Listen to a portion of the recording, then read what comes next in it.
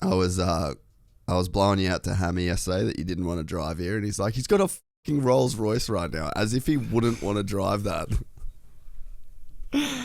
Yeah, dude. I don't. It's like the time of the actual thing is fine. It's just like when you're actually in the car, because we got like there's nothing. Like soon as I'm done here, I'm going to like our engine guys dinner. Like everything's so like tight in our day that like traveling it sucks because it takes up so much of our day. Yeah, nah, I feel you, bro. That's that's one of the things. I've lived there. I know what it's like. It fucking sucks. The whole traffic deal is just a nightmare. But hey, at least you're in a Rolls. Makes it feel good. What's the deal with that thing? Yeah, it's we just had it for. Did AJ mention about that like Moto Academy thing that that he's doing? Yep. I'm doing like a partner thing with him, and we did like kind of an opening kind of thing of like the app, and it's like I'm at like kind of we're at a local pool, but we're making it seem like it's at the back of my house in a pool, and then he shows up and. Like, this is kind of the start of it. He shows up, I'm in the pool, relaxing, and then he's like, hey, what are you doing? You ready to film today? And I have no idea it was today, and then it's like, what? So he ends up chucking me a shirt, then we get out of the pool, and we're going to his car, and he got like the, like a little Chevrolet Spark, like a real tiny, almost like a smart car. And he goes like, opens keys, like, you ready? You know the trail? I'm like, what? No way. And he's like, what do you mean? I got like as good as I got the upgrade. And then I'm like, no, I got something better. And then we go and walk to like the garage, and the garage opens, and it's like the Rolls Royce, and it shows that we're driving off in it. That's so sick. It'd be pretty cool. We're gonna have chicks with it in it also. I'm like, nah, I don't think it's more. The Rolls is already cool enough. Yeah. We don't need to be 2 chains up in this bitch. No, exactly. We ain't rappers. That's fucking funny. Well, yeah, thanks for coming anyway, bro. I appreciate it. Let's just hook in because you don't have that much time, eh? Yeah, let's get into it. I got heaps of shit for you, bro. Jett Lawrence, welcome to Gypsy Tales. Pull that mic real close to your face again. Make it sound good for me. Keep going. Come on, get it in there. Get it up there. Is that good? Yes, sweet. Is that close enough? I can hear myself now. Yeah, no, that's good. All right, bros, we'll rip in. You been on the course or what? Yeah, I went to Cross Creek, just like probably would have been roughly like 12 minutes or something away from here. Yeah. Pretty good. It was not too bad. I only got to play 9 holes, like the back 9 with mates and that stuff, because I was late for the front 9. So it was pretty good. It started off pretty rusty, and eventually once I got to the 18th hole, which is my 9th, I actually started hitting him a lot better. So I was already over, but no, it's not too bad. It's a hard course, man. Oh, 100%, especially because that's my first time going there. I don't know the course, so I'm like, do I hit that way? Isn't it over that? Like, you're saying hit over that tree. I'm like, okay. And in a few spots I got lucky, in the other spots I like hit too far and it like went off into the bushes. I'm like, oh, dang it. Your swing actually is starting to look pretty good, eh? Are you starting to hit it better? Yeah, I'm starting to get a little more consistent. It's kind of like just knowing, like, my problem is I can hit him fairly straight. Like, I have a slight draw to him, but every now and then I might hit, it won't draw as much. Sometimes it goes straight. So I kind of need to like adjust where I'm aiming towards like where I want to go. Because my problem today is like I was aiming straight to the flag, like lined up, and they were going right. So like, because I come so in, like when I come through, I come down and in through so much and out that I'm probably a little lazy with the club face, so it pushes that way. And it's a straight, like it's not like it's going to a different postcode. It's still like in the same spot, but it's just a little too right. So I just kind of learning that and trying to get my swing better and better. I'm still pretty sloppy, but I'm wanting to get that better and better so then I can whoop some people's asses and go bet money on them. Are you better or Hunter at the moment?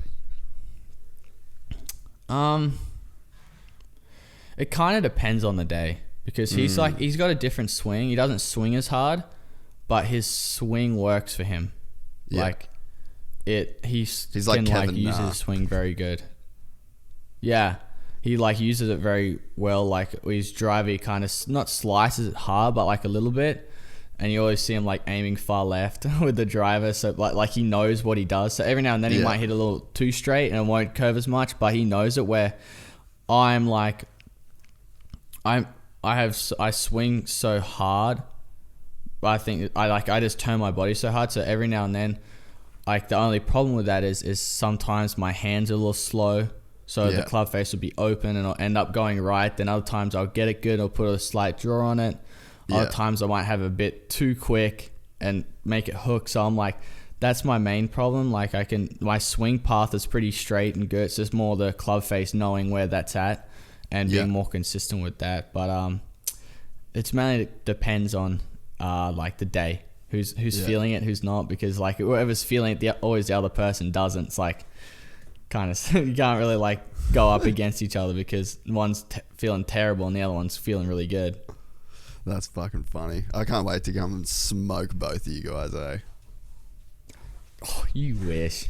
You wouldn't even make it past the women's tee. Dude, and Jacob as well. Like, Jacob's going to cop it. I can't wait. All of you are all going to get smoked. And I've already gone golfing with Jacob. Did you beat him or did he beat you? From the back. I'm better now. You better now? He's like, I'm better now.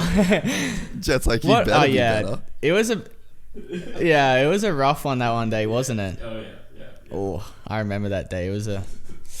We went in big debt with golf balls. That's so good. All right, so 2021 season. If you have to give yourself an overall grade, report card. Let's go. First semester is Supercross. Second semester is outdoors. Give yourself a school grade. First semester, I'm gonna give that a solid F. I'm giving that an F. You flunked Super. I mean, yeah, I'm gonna go. Let's go F plus because I got some races, but I lost it in this dumb decisions. I mean, I got the same amount of wins as Colt, as the guy who won it, but he just had his stuff all sorted where I had a lot of terrible races, so F plus. That's fair. And so motocross, I feel like this is actually not going to be as good as what people think it is. This grade you're going to give yourself. No, it's the grade. It's not even an A. I think it would be more of a B plus. I'm saying B minus. I reckon. That's a good. Actually, yeah. Let me. There's some room there. You've got. It's cutting close to a C plus. Yeah. We'll just go with a B. We'll meet in the middle. We'll go with B. Right, we're gonna go with B because, again, I had a bit of a slump in the middle and was riding terrible, but I did climb out of that hole, so that kind of bring the grade a little bit up in the end. Yeah. No, that's a fair assessment. Yeah, because I know of conversations that we've had, you definitely weren't super stoked, and it wasn't as easy, not as easy, but as like smooth as I think people may think that it was. So we'll kind of get into that, but we'll talk about Soupy a bit more because I feel like if you win an outdoor title, it sort of starts in Supercross. Like you kind of need a little bit of momentum. You need to be healthy. Like that, there's like testing that has to kind of go on, and I think like you see it with Coop, right? Like every year Coop wins a Supercross Championship, the outdoor struggles. It was always kind of this. It's always sort of the same unless your name's Ricky Carmichael. Yeah. But yeah, so it's like to talk about Supercross, like you kind of had to learn some hard lessons in Supercross this year. Yeah, no, exactly. You really do. I mean, I learnt the hard way for sure. I didn't get I got pretty harsh injuries. I mean, one I got pretty lucky on, but Supercross is very, very unforgiving. I feel like if you're not like the tiniest thing, and my obviously main things is whoops, but because but the main thing is that's not the whoops were difficult. It's because I'm too confident, and I know what I'm doing in the whoops, and I'm too confident that I come in with so much speed, and whatever happens, I think I can Superman it out. Like this, I can be Superman, and I'll work it out through. And that was my main problem, was my mental. It wasn't because I couldn't hit whoops. Most of the time, I'm pretty sure I was the fastest in the whoops. It was just because I would try and push the limits. Like, I was already like the fastest guy in that sector with whoops, but because I know I'm so much better, I try and find more and more and more out of it, where my flat turns were terrible, where Colt was really good in flat turns, and Christian, and losing other stuff. Like, I would lose on a lap time. I would lose most of my time on the most basic. I would always be slower than everyone on the like basic section. Like at the one I can only come to mind now is Indy 2. The one that I did my shoulder at and across the start straight was the finish line section. You go that little jump left, another triple right, over and then under the tunnel. I was like 2 tenths off there, 2 or 4 tenths off, and it's the most basic thing. And I don't know why, but I'm trying to work on it, because the more technical stuff I'm fine with. Like, I can do technical stuff. It's just the basic stuff somehow. I'm not the fastest there, but yeah. So the whoop stuff, it's so interesting. Like, you talk about whoops. That's just exactly some James Stewart shit. Like, James was so dialed through the whoops and had so much confidence. And I feel like all the best Supercross racers, like Ricky Carmichael was a gangster through the whoops. Chad was a gangster through the whoops. James was a gangster through the whoops. Like, it seems like a real common thread that if you're going to be a champion in Supercross, like you're going to be one of those dudes that can just dominate it. And do you remember what race it was, Rones? What was the whoop section that was, I think it was like right after the finish line, and then there was a set of whoops and then that big left-hand bowl turn, and you were just that was Salt eating Lake. that up. Was that Salt Lake? Like, that there was Salt an Lake City example of round. Just ridiculous whoop speed. So where does that confidence even come from? Because I know Daz is a guy that's he's really hands-on with the coaching stuff. Like, did you guys just figure out the whole whoop thing yourself, or we obviously had the help of Johnny O'Mara. Christian Craig did help quite a bit, because when I started Supercross, Craig was on Geico also. He was my teammate, so he helped quite a bit. And Johnny just knowing what to do, because he has so much experience. And we're like, Hunter and I were technically good that all you have to really tell us is, hey, hit your front wheel on each whoop at the top like 6 inches or so of the whoop. Just make sure you hit it 6 inches and above. Just hit the front wheel there each time, and it should. And like, obviously squeeze the bike and that stuff. There's a lot more tinier things, and we're technically correct enough to be able to do that. And I think it's just over the time just getting more confident of people saying whoops are very hard. But me mentally, it's like, if you think it's hard, and if you make your brain think it's that hard enough, that you're obviously going to come into the whoops going, oh, this is going to be hard to get through. Yeah. Where I have the thinking of, I wonder how fast I can go through these, because, and that was my biggest weakness, was my thing is I love going fast. That's why I do racing. I get the adrenaline rush from going stupidly fast.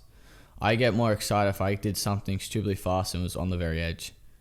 But it doesn't always work out. As you've seen, Indy 2, I was just pushing it, and it bites you sometimes, but that also, it's a weakness and a strength of mine, because I can look at any whoop and go, okay, I can get through these, and once I get through them, and if they're really, really hard ones, I'm almost better at those, because I know, okay, these ones are hard ones, I just need to hit every one. Where if they're really easy ones, it's my biggest weakness, because I think I can go Mach 10 to them. Yeah. Like, because they're a lot easier to hit. So that's like, when they're big hard ones, it's like, oh, okay, that's better for me, because it's like, I don't have that other thought of going, I can go faster through these. Where if they're easier, I have that little guy in the back of my head going, you can hit these faster. Yeah, you can hit these faster, can't you? And I'm like, yes, just send it to it. We'll hold it wide open. So it's like, that was my biggest weakness. And after that crash, I think it was at Indy. I think that was a good, like, you're a dickhead. Why do you keep like? Yeah. Why do you keep taking the bait? Why do you keep doing these stupid crap? Like, you're an idiot. You're gonna end up like some of the guys who came in with heaps of talent and wrecked themselves because of injuries, and have to be each year doing the same thing. You just look stupid. So I'm like, after that second one, I'm like, I'm not doing it anymore. And I changed my whole thinking process when I'd race and then practice. And I won more races when I was at like 80%, 85% in Supercross than I was at 100. So, man, that's kind of a, like you said, you learn the hard way.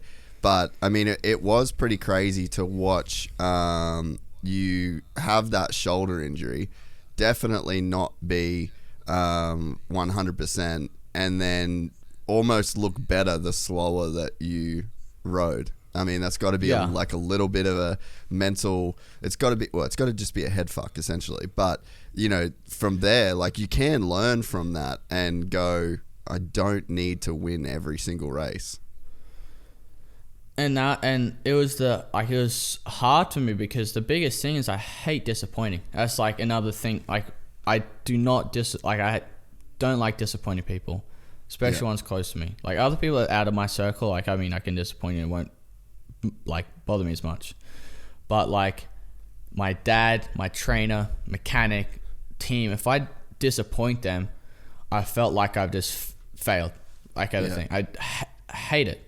Always hate. That's why at Indy 2, I lined up for the main event. I'm like, this is my mistake. Yeah. I did it, and I'm going to fix it. I'm not just going to back down.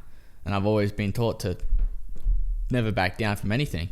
And the team was even telling me, dude, you don't have to do it today. Like, you're fine. You have many years on the way. I'm like, no, I'm fine. I'll race. I'm not quitting.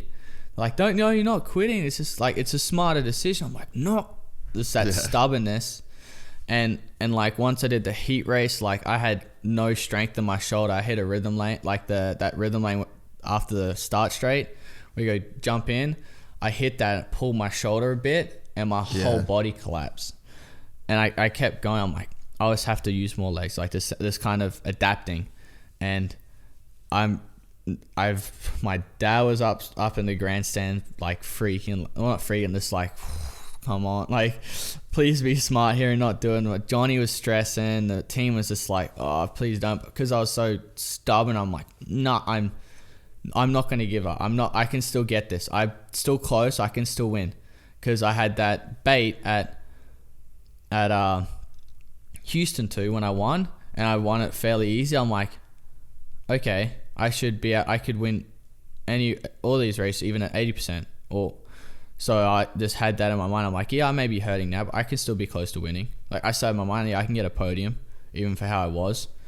But just kind of thinking, just before sighting lap, I couldn't even get my goggles on. Yeah. Like, I went to go put my helmet on, and then I just got my helmet on. Like, I look like all crippled. And then I go to put my goggles on, and like, I literally just lift my shoulder a bit. I'm like, oh, I can't. Like, in the last chance, I had my mechanic help me put my goggles on. Like, it sucked, and everyone gave me shit because I was crying, but it's because I'm so, people don't know is that we've sacrificed so much, and my emotions, because I'm at the age where your emotions are probably at its peak. I'm still your balls turning are into an adult. My balls are dropping. Like, my what do you call it? Hormones are through the roof at this age, probably. So, like, and the emotion and I am an emotional person. Like, I tend to, like, lose my crap, or like, and I do get emotional sometimes, and that just, like, because it's something I loved, and I felt like I disappointed people, that kind of hurt it worse, like, made it worse almost. That I felt like I failed my family, failed my trainer, team, and all that stuff. So I hated it, like, absolutely hated it. Man, I think the best, I think the best athletes are the ones that it's almost like winning's not the main priority, it's like not losing is the main priority, and then winning is the default that comes from not losing. So it's just like so scared of losing. Yeah, exactly. And most of the people, like if you look at most of the champions, they don't have much money. So and their parents didn't have much. Where you see the people who do have parents are wealthy, like you may get one in a million almost. Like you very rarely have a person had their parents had money and that stuff and they made it. Like, and it's funny because most people, like I feel like over here they can race and they still have something to fall back on. They have their dad that has a business. They have their mum or someone that has a business. They're working. They're still like, they have something to fall off on. And plus they did all of school, where I have nothing. If I fail here, I have nothing to go through. I'm sure probably people would help, maybe. Depends who are the real friends at the end of the day. But my parents don't have any money. I'm paying them to be able to have the visa and that stuff so they can stay here with me. So I have that risk of, it's not like, oh, I fail, oh, we can try again another time. It's, if you fail, you're done. So I have like, that's why Hunter and I are so hard on ourselves than probably other people are. It's because we have nothing to go back to, and my parents have sacrificed so much that we're trying to do everything we can to give back to them, to make those 5 or so years of those hard times, going through Europe and that stuff, try and make those disappear with the future and how successful we become. So yeah. No, hey dude, I feel you, man. And it is cool. And I think that one of the things that, it's not like a bad rap. Like, so this is my head's like, I fucking care a lot about you and Hunter. Like, you two are really good dudes that I really, really want to see do well, because you deserve it. And I know exactly where you boys come from. You're in a hard position, and it's like you've got this media machine behind you, or not media machine, but you've got like your own machine. Like Myrtle is killing it. As much as I hate to admit it, he's killing it. And Jeremy, 100%. You know, is killing it. Red Bull, like the whole team that you guys, it's a small circle, but it's a really good circle. You've got your dad, you've got your mum, you've got Truman. Like there's a whole kind of crew that's sort of around what you guys are doing, right? And they're doing a really good job. And what they're doing is they're making it look fucking easy. They're making it look easy for you. Like, you've got the merch drops, you've got the Jett OnlyFans thing. You're starting to look like a celebrity, and you're enjoying it, which you should. You really should enjoy this stuff that you've worked for. But that's going to start coming with, and I think you've already felt it, people that think you're not serious and that you don't want it and that you are fucking around and that you are going to be like a Travis Pastrana or a James Stewart or, you know, like a Josh Hansen, any one of these dudes that were like these fucking kid prodigies that it all, you know, the shit got to their head. And it's like, you like to dress nice, you like cool clothes, you like cool shit. So I think, honestly, man, one of the hardest things that you're going to have to face in your career is, if you want to be this guy, like if you want to be Jett Lawrence, if you want to be the guy that you're setting yourself up to be, you're going to have to deal with a lot of that shit. And it's kind of already started, you know? So I think it's one of those things that there's just going to have to be a lot of like perspective on your end, that you're going to have to be okay with people kind of talking shit and not letting it get to you in that sense, or letting it kind of bring you down, because you are right. You don't have the fallback. You don't have the family with money. I mean, you're going to be fine, like, and your family's going to be fine. Everything will be fine, but that doesn't change how you feel in the moment, right? Like, you can't erase that history of everything that you've been through just because you are doing well now. Yeah, 100%. And it's like, you know how we are. We talk so much crap that, like, when people do talk crap, like, I mean, on social media, like, if I see that, I'm like, say it to my face, and like, and then like most people don't get punched in the mouth because they're behind a phone. Where if you're in person, there would be no chance I'd say it. If someone came up to me and said I was an effing idiot in front of my face, I would go, Good job. That's it. Like, you don't, like, not many people do that nowadays because they hide behind a phone and the most time in their mum's basement. Like, and so that doesn't faze me because the only reason they're trying to pull me down or give me crap is because I'm doing something that they wanted to do and they couldn't make it, and I'm living their dream. And they think because I'm so young, oh, you got lucky, you got money, like you were saying, but no, I don't. I worked my ass off, and people think I have heaps of talent, and I kind of don't really like to say I do anymore. It's more so of the hard work. I didn't win the championship off of talent. I won it off of hard work. So people say I have heaps, and this next big thing, and I hope to be this next big thing and fulfill that. But everyone thinks I'm just some talented kid. No one sees I wake up early, go to gym before I ride. Like all the tinier things. Like I hired one of the most gnarliest trainer, Johnny O'Mara, he's worked with Ricky Carmichael, James Stewart, Ryan Dungey, like all those big names. And he's been through it. He's been through how many championships with Ricky, been through it with James, been through it with Ryan. So, like, he knows so much, and that's why, because we're not here just to go and get second place and just to have a living. We're here to do our job right, to earn as much money as we can, also having as much fun as we can along the way. But the main thing is to win titles. Yeah. Do you think, so my hope for you is that you can be as dominant as a guy like Ricky, or as, you know, like the guy that can just like go out and win championships just consistently and just be like this superstar, right? But also be the guy that can like be the sort of celebrity dude and, you know, go to the MotoGPs and go around here and you know, like kind of live that celebrity kind of like high profile life. Like people can look down on that if they want to, but they can get fucked in my opinion. Because I personally think that the sport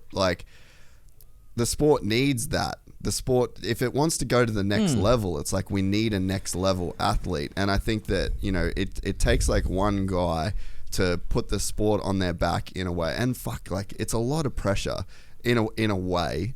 But it's like there's a guy out there that can handle it. And it's like, can you be that guy?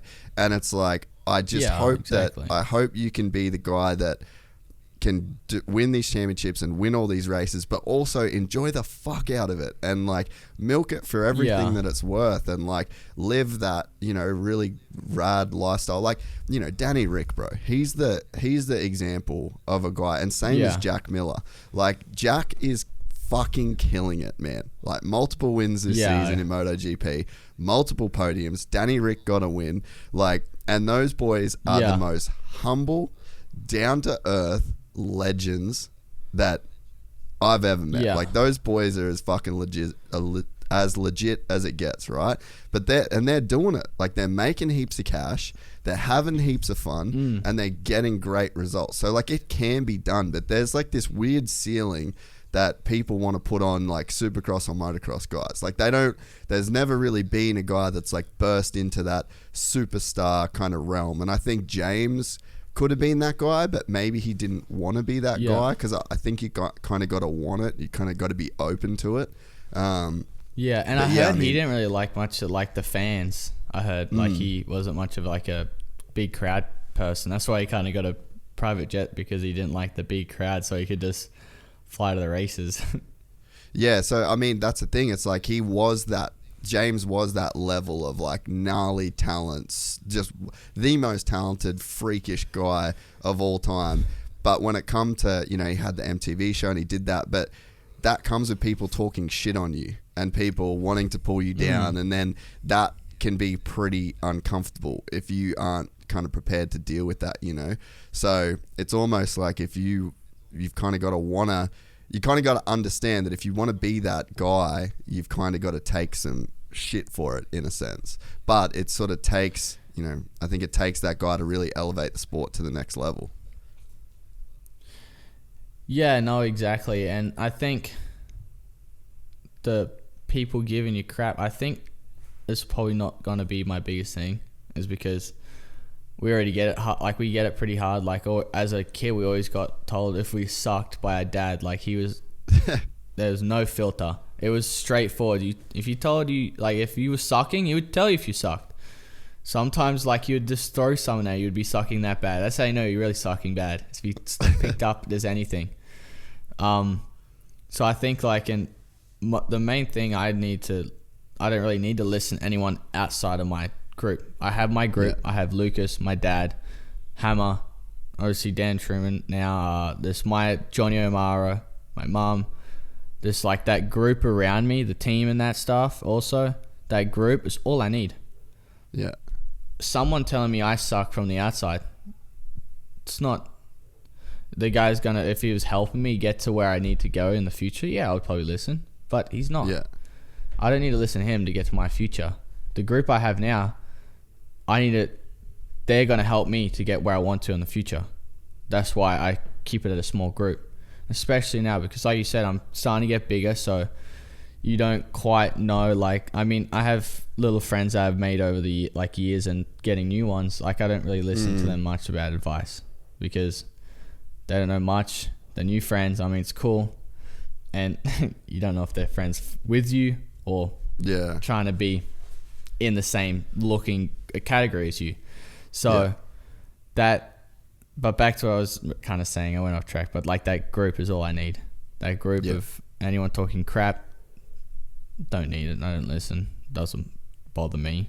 I mean, we talk crap with my brother, my manager, like 24/7. Yeah. So, like, true Australians do. So, well, dude, like, that doesn't faze me. The other day when we had that call, I was fucking losing it, eh? Yeah. So it makes me so pumped because, I mean, it's not like we talk every, week or whatever. It's like we can go a couple months talking. Yeah. It's like a lot changes in that time. But every time I get on the call, it's like you boys are in the car and it's just a full roast sesh. Like, with any of my 100%. Any of my mates that I would call at home that would just be absolutely carrying on, that's what you boys are still doing. So I think that's 100%. Pretty good sign. Hopping in a car with Lucas and Hannah, that's my humbling session. That's literally a humbling session. Because I am the youngest one. Like, on the bike, I may be kind of like big bro, but off the bike, you might not like that. I'm probably gonna hear it later, but I can get him. But no, let me rephrase it. Let me rephrase this. Okay, hold on. Let me rephrase this. Stick to it. Stick to your guns. Let me rephrase it. You said it. I know. On a dirt bike, it's even. This is a lot better of explaining. On a dirt bike, it's even. That's called fake humble, bro. Yeah. On dirt bikes, we're even. Off the bike, he could still whoop my ass. Yep. That's what I'd barely pick fights with him, because if I do, I'm getting my ass whooped. Like, he's big, bro. He did boxing when he was a kid. I did dancing. I can't dance out of a freaking fight. I mean, like, so I'm screwed if we get into a fight, because he did boxing. So when I get in the car, I just have to cop it because I'm the younger brother, and I just have to sit in the back seat and just. I try to make some comebacks, but some work, some don't. But we're learning. But most of the time, humble sessions are in that Range Rover. Yeah, it's awesome, dude. And it is refreshing, like, because, I mean, honestly, dude, like, I don't know if I should blow out his name. He's one of your rivals. I knew him as a kid, right? And dope little kid. It was rad. We'd hang out and film, went on a couple really cool trips together. And then I remember seeing him at the Stewarts one day, and he was just, like, he wasn't even that old, I think he'd, like, maybe just turned pro. Yeah. And he was just going cool guy mode. And I was just like, what are you up to, you little kook? Like, why are you doing this? Why are you talking like this? You know who the worst... You know who the worst is now? Is the amateurs. Really? The amateurs are really bad. They're... Like, the confidence... The roof's here. They're up here with confidence. Like, dude, through the roof. Like, They like, especially ones that have the factory rides, dude. Like, good job for getting the factory ride, but oh my gosh, they carry on like some pork chops. That's for sure.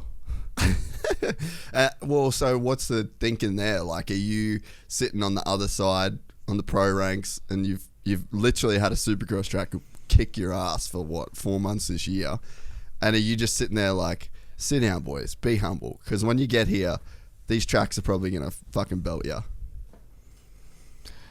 Yeah, I mean, most of the guys that I know that in the amateurs are only a year younger than me. I'm probably 16 or 17, and it doesn't faze me. I'm like, you're still in amateurs there. Like, I was pro. I mean, it's different. I sucked. It's not like, yeah,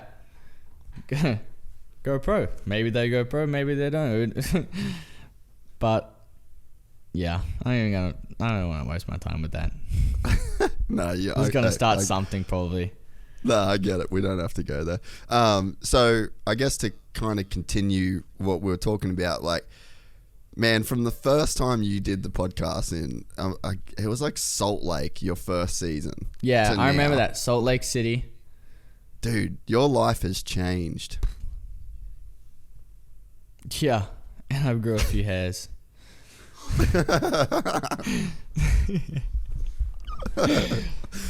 I think it's changed in more ways than that. Yeah, sizes. I'm kidding. We need to go on the next thing. No, but like, so in terms of like the attention that you're getting, you know, like, you look at it, blew me away to watch the Austin MotoGP weekend. Like, you were just front and center everywhere that weekend, and then, you know, like, you had obviously like your boys with Jack, and then the whole, like, who was is it Marquez that you were hanging out with? Marquez. Yeah, like, dude, that was insane. Like, that was such a cool experience. Like, for me, Hunter, and Lucas, like, I'd never been to a MotoGP. Hunter got to go to one, and it was unreal. It was pretty sick because last time I saw Jack Miller was when I was in Red Sands in 2018. Yeah, so right. It's been even a bigger gap from when we did the podcast and at the 2020 in Salt Lake. So he's seen a big change. So I was like probably a little rugrat then. Yeah. But no, it was just an unbelievable experience to get, like, meet their side of, like, how big they are. Like, the level they're on is insane. Just like, we got to see the bikes and that stuff, and the tiny things are just crazy. Like, little things matter so much on that bike.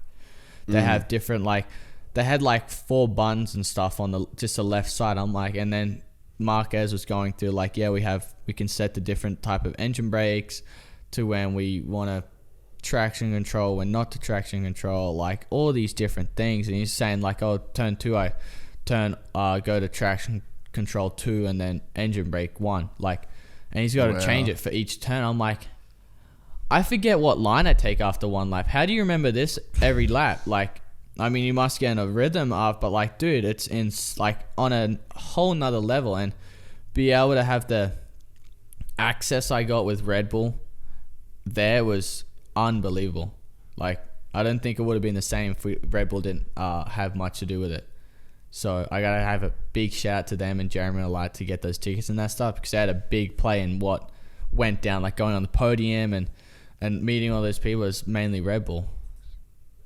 Yeah, no, it was just insane to watch too, and I think that probably the biggest takeaway from me was that how you were treated by those people. Like, they're superstars, like superstars. That's a big sport. I mean, I watched Jack's last race last night, Valentino Rossi's last race, and it's just like the people that are there, they're so fanatical. The TV broadcast is just incredible. Like, they're on such a massive level. Like, you know, Valentino's, like Valentino, they did on his last lap, they played like a little thing in the corner of the screen of like celebrities giving him shout outs for his last race, and it's like Roger Federer, Really? Ronaldo, Chris Hemsworth, like literally everybody. And it's like that's kind of the level that those guys are on, and you know, like we just don't have that in Supercross in that way. But though, like everyone watches Supercross, and I think like I don't know, I guess I try, I don't know, maybe I try not to speak about it as much, but it's like the people that talk to me that will like DM me or text me about Supercross and the season and how's Jett doing here and who's this guy doing and what's going on there, Cooper Webb this, they're like fucking huge stars, like massive stars, like all these closet Supercross fans, right?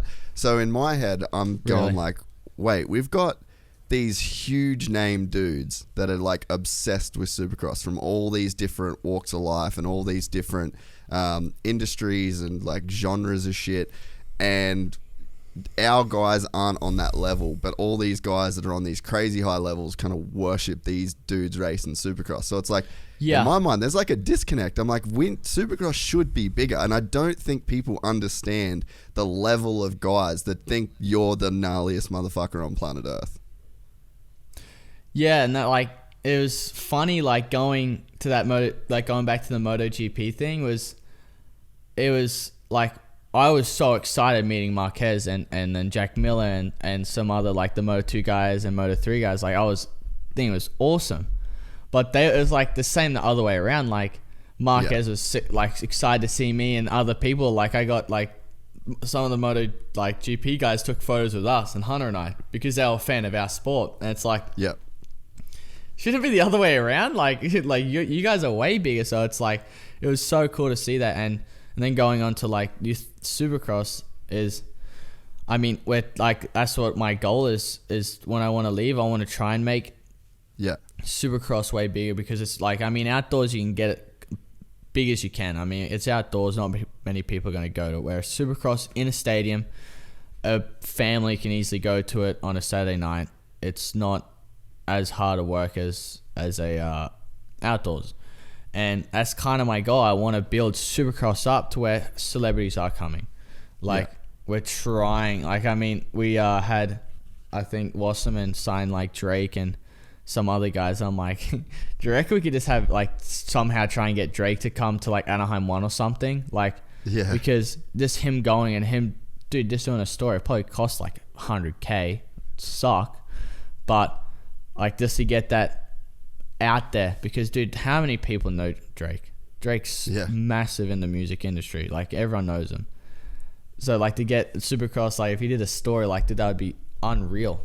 Like, and I think one time I went to Anaheim and watched as a fan, the one person celebrity that I saw was, I think, FaZe Bank, who's I think a gamer. So I mean, it's cool seeing him. I was pretty sick seeing him. But like, I'm like, if we had more of those, it'd be so much cool. And like trying to get those people in, I'm like trying to get the MotoGP guys. I'm like, let me know if you want tickets to like the Anaheim 1, or like if you see you guys come, and maybe post a story or something to get the bigger. But like, start like trying to get them to come just to make the sport bigger, because obviously the bigger the sport is, the more money we can get, which helps us in the end of the day. So, and this a lot more outside sponsors will come in and that. So Yeah, and it's so rad, dude, and like that's, I guess, you know, to have your mentality and what you guys, and it's not just you, it's like your whole crew. Like this is a goal, I think, from, you know, your team in a way, is to like, we need to build this up, and it's exactly what you said. And I mean, that's what I didn't understand that before I started doing the podcast. But once I started doing it, and it got some momentum, and we started, you know, doing what we're doing, and you start to get these messages from these people, and you're just like, what the fuck?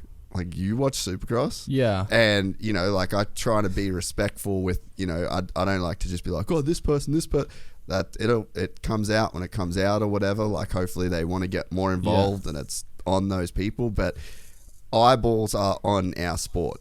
And it's like the way that, you know, it's exactly what you said. It's like, that mentality when you said like, hey, wait, shouldn't it be the other way around? That's the default mentality. Yeah. That's the mentality that we all have in Supercross is like, oh no, we're just little Supercross people. Like we're not like MotoGP. We're not Formula One. It's like, fuck that. Like you're on that level in that way. We're trying to get like there. Yeah, but you've got the respect of these people, and it's not just you. It's everybody. Like all the guys at the top, like I know there's guys that just fully think Cooper Webb is like the gnarliest animal of all time, which in Supercross, the dude's an absolute savage. Like his mentality and the way that, like the way that he thinks. So people in all these other sports look at that guy as like, oh, I want to fucking have that Cooper Webb big dick energy. So it's like, I really think that we're sort of starting to enter into that territory where you guys are going to be on that sort of same level. So it's just it's cool that your head's there, and it sucks, and it's like I said, this is going to be the challenge for you going forward, is like, how do you have this mentality of like, I'm on that level, I'm going to be one of those guys, we're going to elevate like it takes a certain level of like cockiness in a sense to kind of think that you can be that guy. But then how do you deal with the criticism that comes with people saying like, oh, he fucking thinks he's this, he's that, he's like, he's not this, he's just a Supercross, right? All that shit. How do you like disregard that and then stay that humble kid that can sit in the back seat and just get roasted by everybody? It's like, that's going to be that balance. And then the hard work and the putting it in, because I mean, I know you've spoke to like Pastrana and you've spoke to Hansen. They're both guys that have, been these like young phenoms, and that obviously Travis crazy successful, but he wasn't the dude that changed Supercross. Like he created freestyle, So it's like, I mean, maybe did those guys give you advice in a way too for like where you're kind of at right now? And, are there lessons that you can learn off those guys? It was funny, like the main thing they said was kind of keep doing what you're doing. It was the main thing out of both. It's just like, especially Hansen said, your setup already is way more ahead than what he said he was at my age. It's ahead of, like, way ahead of him, he said. And he said this, the main thing, him and Travis, they both said, just keep doing what you're doing. Keep putting in the hard work and don't try and rely on your talent. And since then, I've kind of gone off like, he's right. Nowadays, you can't just go off talent. Everyone's training's normal. It just kind of depends who's training harder at the end of the day. And so what did they give you any insight into like what they thought they kind of did wrong and what they wish they would sort of change?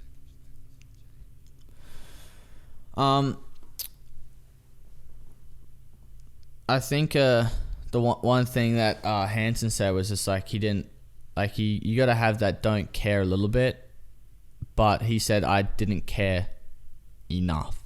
Like, he said I didn't care too much. Like, he says anyone who tried to give me advice, I would wouldn't listen. That was the main one from him.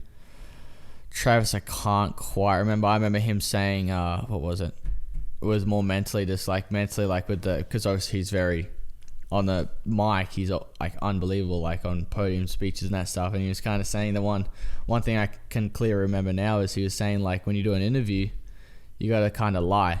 Like, you can't, like, mentally, you can think, I'm going to smoke everyone, but you can't say it on the mic because you'll come off as a dick. So, like, that's the one thing I kind of got from that I can remember right now from him. But I'm sure if I sat down and actually really thought about it, I could probably pick up a few more things. I feel like you and Hunter killed the podium this year. And like every time you're on there, you were like engaging with the crowd and you were, kind of talking shit on each other. Hunter would run up and like, pour water all over. You'd do the same with him. Like, could you feel the way that the crowd were reacting to that kind of stuff? And to you, boy, it just seemed like from the outside, like we're kind of watching the races in the studio pretty much. It's just like, damn, there's just two boys that are just having fun. And it's like, could you feel the energy that came from the crowd, and could you feel I guess like the result of that? And is it crazy to you that more guys don't want to do that? I think it's, yeah, I mean, I try to acknowledge the crowd as much as I can, because they're watching. Like, I mean, it's cool to, like, you be there, you're already watching, but to have like kind of a bit of a connection with, like, feel like just that, like, one person out there, just me either just waving like how I did or acknowledging them, makes them feel more a part of it, more a part of, like you say, more a part of the movie, more so like with 3D kind of thing, like you feel like you're in it. Yeah. So we just kind of do that, and it's weird. It's like, oh, we're not putting on an act. I mean, we're just kids, Australian kids having fun. That's how we are off the bike. We muck around. We're stupid. We act like idiots, and it's just how we are. And I don't think if someone ever did try to tell us, oh, you can't do that, we'd be like, why? Yeah. You can't tell me to change. I am how I am. You can't tell me that I can't be an Australian. It's like, yeah, I can. I'm Australian. You can't say I'm American now, like, just because I've been here. Like, that's the main thing that Lucas said. Go up there and be yourself. Don't be this robot that just says how the race did, like what you did in the race. He's like, we just watched the race. We knew what happened. Yeah. But we want to know what you were thinking through those sketchy moments off the start, through that battle. They want to know what you're thinking. We've seen it and saw it with our eyes just then, but we want to know how you felt. And that's the one thing I always try to go by, and when I do it in my interviews, and I'm pretty sure same as Hunter. Yeah.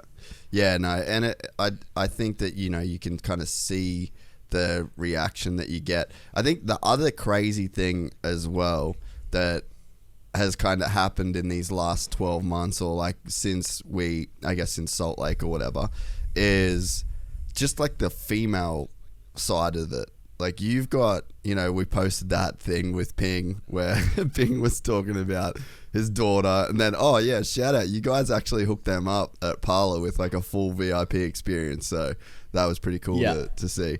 You know what the funny thing is, his missus was actually more excited for it. Really? I remember his missus was actually really excited to go on that. She's pretty hot too. She had a white shirt on with like 2 donuts. It was pretty funny. That is so good. I seen a post of it, and I was dying laughing. And I'm pretty sure Pengri wasn't even in the photo. He was taking the photos as the girls. Oh, that's so funny. Boyfriends of Instagram spec. Yeah. That's so good. But yeah, so there's like this. I think you're probably one of the first dudes that's ever really brought in like a female fan base, and you can, you know, like you'd hear, let's say Redbud 2016. It's just all dudes. Redbud, like the full fucking dude crowd, and then it's like Redbud this year. It's like, exactly. Oh yeah, Jett's on my titties. Oh. Yeah, it's like you just hear the whole crowd is just chicks, and it's just like, when did this happen? This wasn't Supercross or motocross. And you're talking about the whole motocross thing, like how it's hard to, you know, like the fans aren't going to go out there. Bro, every podium this year that you were on, it was just like all chicks. Like, there's a lot of people coming out to those races. So, I mean, it's off the back of your lame-ass TikToks that you do. But I guess at this point, I can't be mad at it. Yeah, people give me crap about it, but hey, it brings in more fans for me, so I don't care. It works. They give me crap. Like Lucas, we were talking about the other day. He was giving me crap about it. I'm like, hey, you can't complain. It's probably the TikTok post sells half of my half of my merch. So he's like, oh, that's a good point. It's pretty funny. But they always give me crap about it. Yeah. Hey, I want to give you crap about it, but I just can't. It works. You know what I'm saying? It's the it does. It works somehow. You want to give me shit about clickbait? Do it. It works. Yeah. Sometimes we just have to do it sometimes. It is what it is. But it actually is important. Like, it's funny to joke about it, and it's like, I could give you shit for maybe 3 hours about some of your TikToks. We could do a comedy roast of Jett Lawrence TikTok. That would be easy. Oh, 100%. But at the end of the day, That shit's selling some tickets. It's selling some merch. Yeah, your whole OnlyFans thing at Parlour was pretty dope. So it's like, I don't know, you're doing something to like bring this totally new audience into the sport. Yeah, it was that OnlyFans thing. After like I posted a video, one girl messaged me and it's like, "Oh, so you're actually not doing OnlyFans?" I'm like, yeah, nah, sorry. And she's like, "Oh, kind of sad." Dude, the money that you could make off OnlyFans would be so ridiculous. You know what I was thinking? Ridiculous. I'm pretty sure I heard guys like cyclists would go have like OnlyFans, but they'll just post like put videos of their bike like more behind the scene. I'm like, we could do that, make an OnlyFans, make it seem like I'm doing it like the same as everyone else, but just be posting bikes like videos of me like just doing laps or something. Maybe we might chuck it in like riding shirtless. I don't know. Who knows? Well, hey, Dunge did the naked ESPN cover, so there's a precedent that has been set.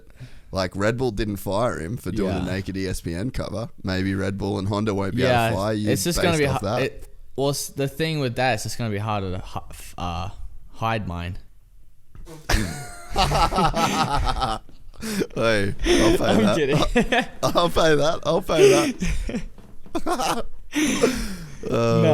No, we were joking about one time, like, if I actually did do an OnlyFans, I'm like, Mum, at least I don't have to worry about my DPs getting leaked. It's just gonna be on OnlyFans. Like, because my mum's like, what? No, we're not doing it. Like, we just give her so much crap. Oh, poor Emma. So it's pretty funny. Yeah, you shouldn't be mean to your mum. She's we the gave nicest. her a few extra. Yeah, we give her some grey hairs. That's for sure. Poor Emma. Jett Lawrence, OnlyFans. Exactly. You heard it here first. Yeah. Let's go. But yeah, I mean, there is that. Yeah, I do think, as funny as it is and as easy it is to talk shit on, like the whole TikTok thing and it's just this new, it's just like a totally new way of doing stuff, and it does just seem to really be working. Yeah, and it's like, it's weird because TikTok, like, it's so different to any other like social media platform. Because they have it, like, I mean, Instagram, you have it, there's trends and that stuff on there, but you don't post a trend on Instagram, you post what you're doing. Where TikTok, you have to go off the kind of trend, like a song or something like that, because if you don't do like a trending song, you might get lucky and that one might get lots of views. But if you don't, that one's not going to get lots of views. But if you use a song and if you click on it, like, I'm pretty lazy on it, I don't post all the time. I'll post every now and then when I'm bored. But if you get on that song early enough and post it, and TikTok goes and puts it on people's For You page that are wanting, like, kind of spreading out the new trend that's kind of go around. Because obviously they pick like what type of trends there are. Because people try and make trends, but obviously they just don't get as big. But the ones that do, you try and get on early, so then it keeps spreading out and you get more views. So like, some of them I have heaps of views, other things I don't. But trust me, I'll post some like trend. I'm just like, oh, you look like an idiot, but this may help out in the end. No, hey, it's worth it. Do you have, like, in your mind, are you kind of ahead in terms of like the stuff you want to do, things that you think that, because it's like the TikTok thing. It's like, it's working crazy. There's not really anyone else that's sort of doing it the way that you're doing it, and it's working insane. Like, are you, in your head, is there like other things that in the future you're like, I think we could do this, I think we could go in this direction, like in terms of just growing your profile in a way? Not really, no. That's I mean, it probably sounds like a bit of an a-hole, right, like how I'm gonna say this, but I pay people that do that for me. Like, I don't, that's why we have Lucas, that's why I have other people, my designer, to do my gear, is because that's what they're good at, and I ride dirt bikes, so I can focus on my stuff. I pay them to do what they're good at, just like how Honda pays me to do what I'm good at. Yeah, and it's the exact same thing with Lucas and David Durham, like all of them, that like we pay them because they're really good at what they're doing. That is not an asshole answer. I don't really have to try and come up with many ideas. That's a good answer though. That's like, I think that's the right answer, you know, because again, it goes back to that balance. Like it's, you know, you want to be this guy that, you know, is going to sort of try and elevate the sport and the profile, but to do that, you've still got to win races. Like you can't, it's no good having viral TikToks if you ain't the champ, you know? Exactly. 100%. This looks stupid. So we'll talk about outdoors. So you have the Supercross season where you take some licks. It's probably the most heat you've ever faced in your career in terms of people talking shit. Yes. And yes, correct. And then you have to reset and go into outdoors.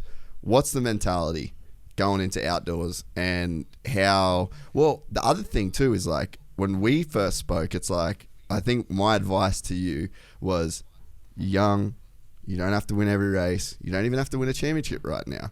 Like, you just fucking do you, enjoy, let it come. It's going to happen.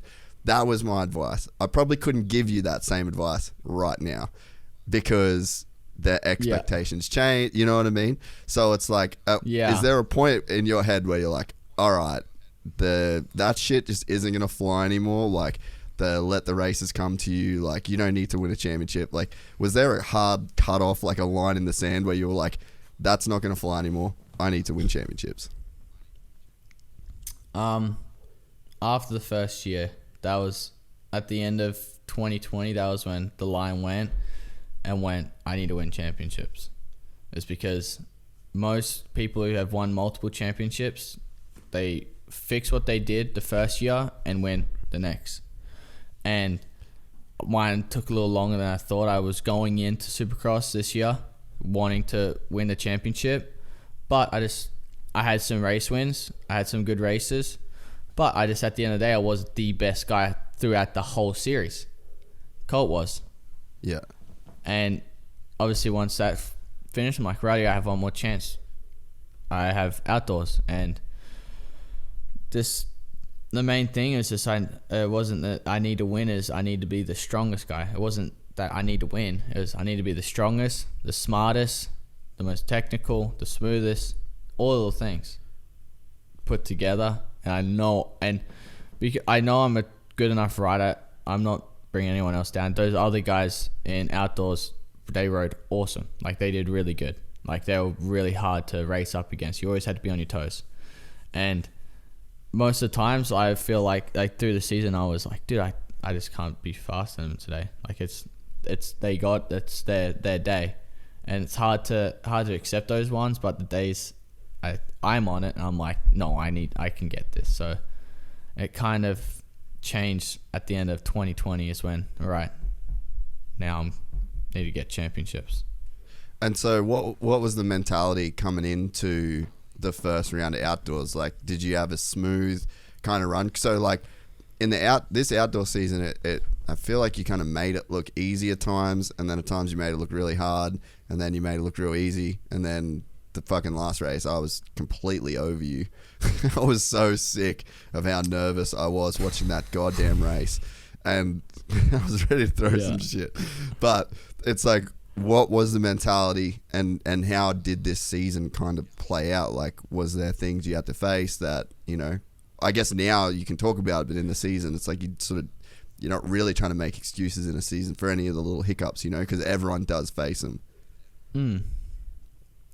Yeah, I mean, coming in, I was confident. Like, I put in the work. I knew I was strong, knew I was fit, and it didn't really, for me, I didn't really click that I could win this championship was basically the first race. That first race at Parla, first round, that's when I knew I could win this. I have a good chance. Is when I came back from 20th all the way up and caught J-Mutt, who has won multiple championships, and I still wasn't puffed. I'm like, if it's like this each weekend, I can. There's no doubt I can get this championship. And I just kept that in my mind. And the main thing I go by is why some things it looks really easy, sometimes it don't. It's because when I'm up there on a start, I don't need to push. They're right there. I can maintain my speed. I know they ain't gonna out sprint me. So I watch them. I see, they got a bit on me, and I'll try and get back up so I don't lose that kind of, like you could say, draft on them. You stay close enough where you don't lose them. And then eventually, once I find that spot where I can pass, then I'll make my pass and put on a few lap sprints to get either past them and then either get a gap. But then when I do start from 20th or further back, when my back's up against the wall, then yes, you'll see me push. Only because I need to. The one thing I found in Supercross and I learned from is I don't always need to go 100%. Yeah. And in outdoors, I felt like I was pretty good with that. When I'd get a start and up there, I wouldn't push. I would settle in, let everyone settle in their spot, try not to lose much ground. Then I'd make my passes. You very rarely see me make heaps of passes on the first lap. Yeah. Maybe when I was further back, yes. But when my back's up against a wall and I'm really far back, okay, we need to kick in the gear. Let's go. And I'll go. I won't push over my head, but I'll push to like my limit, my safe limit. And yeah. So you had kind of some like ups and downs and, like throughout the season. Are you pretty stoked on your performance? Like I said, what did we go with? A C+ in the end, or did we do a B-? I can't remember what we gave. We went with B because we went. Yeah, it was in the middle. Yeah. It was. Yeah, you're right. I think a B is pretty fair. But were there points where you did freak out a little bit, or it did get to you? Like, I mean, from the outside looking in, I could see it being pretty fucking annoying to be getting like not the best starts every weekend and having like 450 star bikes on either side of you that seem to outpower you down a deep straightaway. Is there points through the season where you just get like over it and you're just like frustrated that that's kind of the way that it has to go? Because that kind of is like a challenge that some people just don't have to deal with in a way, like they just don't have to kind of worry about. Like if you're on a star bike, you're probably not stressing that someone's going to out drag you down the start straight. So I mean, like, is that like a battle to kind of go through every race to, if you do get those bad starts, and you consistently are getting bad starts? It is, yes. It's a sucky thing to see. I mean, probably the main three I remember is obviously bad ones was Washougal, Southwick, and Millville. And Millville was because of bike setting. The first one I sucked. I got exciting because we did something different. We went with a 47 sprocket and a lighter or heavier flywheel or something like this. And we're thinking, okay, once in the deep stuff, that's just going to track. But it was too heavy that it would take too long to get up there. And the first one, I wrecked it. That was my fault. I got too excited and got off balance, so we didn't get to see it. In the second moto, I got a perfect start, but it just took too long to get going. Like I out-jumped Joe that was next to me, and I clicked third, and he just went raw out and around me. I was like, sucks, because again, I'm way back, putting myself more at risk, like they say. And it sucked because I know I'm a good starter. I can start, and it sucks that like this tiny things like that just are screwing my chances more and more. And then it was kind of just trying to find the horsepower then. But then once we got to, I think Ironman we went with the 2022 gearing. Yeah, put that right. on the bike and a few other things, I think, and and from there on, you could really see my starts go dramatically different. Yeah. Except for Hangtown. Yeah. So what? So there was, I guess, like the big storyline championship wise was you had Justin Cooper breaking his thumb, and that was the thing that kind of derailed his championship. But was there anything like on your end that kind of you were having to deal with behind the scenes as well, that, I don't know, was kind of just kept quiet on your end? Yeah, I mean, I got that same sickness that I'm pretty sure Cooper got. I had that, which sucked. I had it badly at Budds Creek. That's why at second moto, J Mart went and everyone said he put on that big clinic. I'm like, 2 laps in, I was drained. Like, I had no energy. You could see photos after Budds Creek with me just pale white. This guy just looked nothing in me.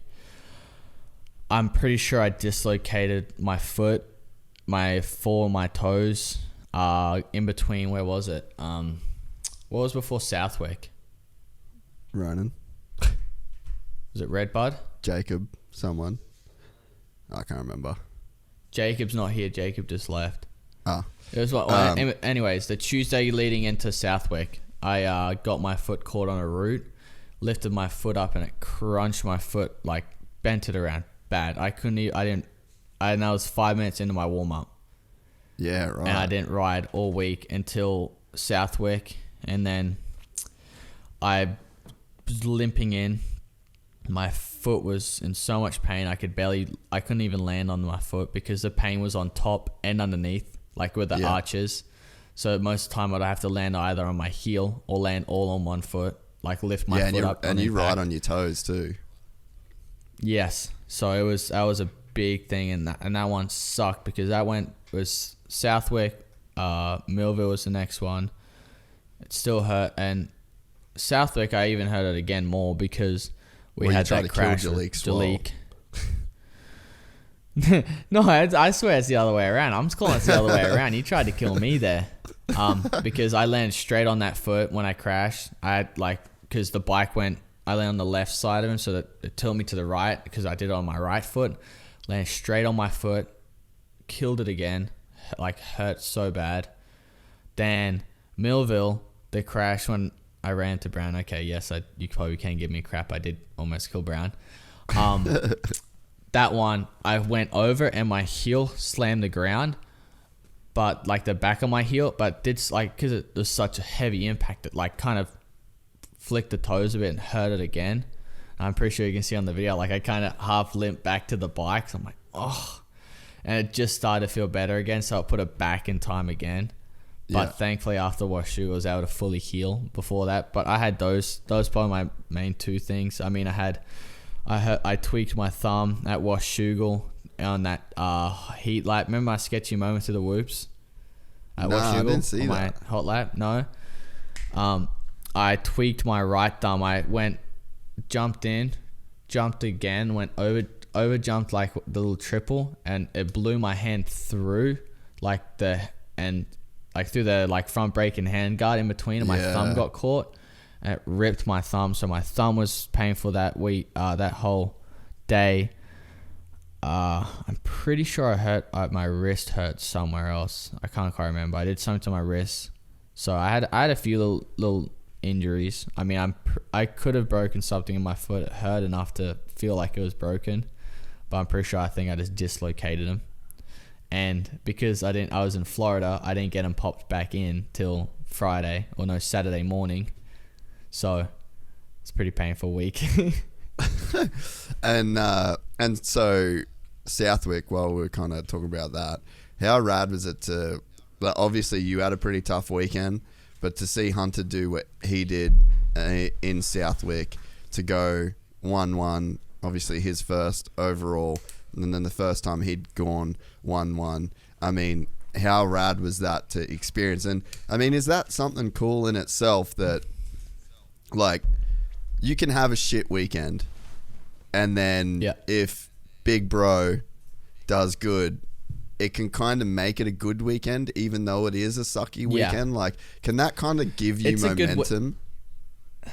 It's a good weekend because obviously that day, this year, in that outdoor series, Justin Cooper was my main competitor, and he didn't get max points. So that was the main good thing. I mean, it saved my ass. So I was happy about that, but and also happy for him. It was awesome. He rode great that day. I remember because I caught him in the second one, and he ended up pulling away and getting around Cooper, where I caught Cooper and I couldn't get around him. And I was finished because I was pushing hard through the first one, because I crashed, got up again, and went again, and ended up washing the front because the forks are way too stiff. So that's a little setting thing. But I was finished after them picking the bike up twice. I don't know how RJ does it. he for sure, he has, like, this is a compliment, he has to be the fittest guy out there. I swear. He has to be the fittest guy out there. Like, I want his fitness. But yeah, back to what I was saying is... No, keep going, sorry. Hunter, it was awesome. It was a bad weekend for me, but also a good weekend, like you said, because Hunter got it. Cooper didn't get max points. Sucked for me, but it kind of evens it out to be a bit of more of a good day. Yeah, because it must be, like, let's say there's no Hunter, and you just go there to the race by yourself, and you fucking try and kill Swole, and then in the second moto, you're just not good enough. And then you go home from nothing else good happens. Hunter doesn't win. You just go home. There's no one that's kind of around you on a high. It's like, I could see that low just like being a lot lower than what it would be, as opposed to you've got your big brother that goes out, absolutely smokes everybody. And, like you said, takes some points away from Cooper. And then you're... Like, obviously, he's on a high. You're happy for him. Your dad's happy for him. Lucas is, like, the whole crew. It's sort of going to make that weekend where it could have been, like, a real low. It just doesn't make it as low. Like, that has to mean something when you start adding that up over the weekends. And like, the main thing is, like, because that weekend he was so on a high and my weekend sucked really bad, the main thing I had to focus on after is not, like, kind of sulking. I didn't want to wreck his high, because getting a high is if you feel great. So, like, that car ride, I had to try, like, that after that I had to cheer up, like, and make sure I don't wreck his thing, because I know if he was on his high and I was sulking, it would have sucked for him. Yeah. So it's kind of hard with that, and obviously Dazzy expects us to do. He has an expectation, like, for us to go out and what we should do and what he knows we can do, and if we don't get that, gives us a serve, and that's the probably main hard thing. But he's already knows that we're hard enough on ourselves. We already have an expectation on ourselves, so it's already, we kind of put ourselves in that low a little bit because we're pissed at ourselves, we're disappointed, like, you're an idiot, like, made this mistake, like, we'll get a bit of a serve if we need to from Daz if it's big enough. But, so yeah. Man, I don't know that I guess you guys do talk about your old boy a lot, but I don't know that people understand the level of savage that he is. Like, to be the coach, technically, to put you guys through, obviously it's like in collaboration with Johnny O, but it's like, how many kids do you know where their dad is just like this overbearing dickhead that is causing nothing but problems, and like, he needs this and he needs that, and blah, blah, blah. Like, the kid can't do no wrong. It's always the team's fault. It's everyone else, and that it's like, you've probably seen it. You've probably had some experience with people like that, around you guys since you've been in America. But it's like, I just don't think people understand the level of G that your old boy is, and the role that he plays in, like, keeping the train on the tracks with you two. Yeah, no, exactly. And as we speak right now is because, like, I got a little bit of a story. This is how gnarly that is. So our mechanics have to drive like 100 miles or something each day to go to work in, where's the... I forgot where the Riverside? Honda workshop is. Like, it's some... No, it's it's not Riverside. It's like up, like close to like Los Angeles. Yeah. I know it. I forgot the name. I've gone brain dead. But yeah, it's like it's a good long drive. Like, some days are 3 hours there. Some days, if they're lucky, an hour and a half or two. And the boys, like, we lost one guy because it was such a long drive, and obviously they have a missus at home getting pissed, like spending so long away from home. And we almost lost our engine guy, but we made sure we didn't want to lose him because he really is really good. So Hunter and I are renting a building in Lake Elsinore, so it's close for our mechanics. And my dad all this week has been going to there and building everything for the guys to have like a race shop there. So that's how and because my dad is, whatever we need to succeed, we'll do. He's if we need to get a workshop here, if that's going to help us succeed in life, yes, we get it. We need this. We'll do it now. So he's a very big, whatever we need to do to succeed, we'll do. And that's one thing I've it's rubbed off on Hunter and I also. So that's how gnarly Daz is. So he's a really big handyman. So he's been there all week.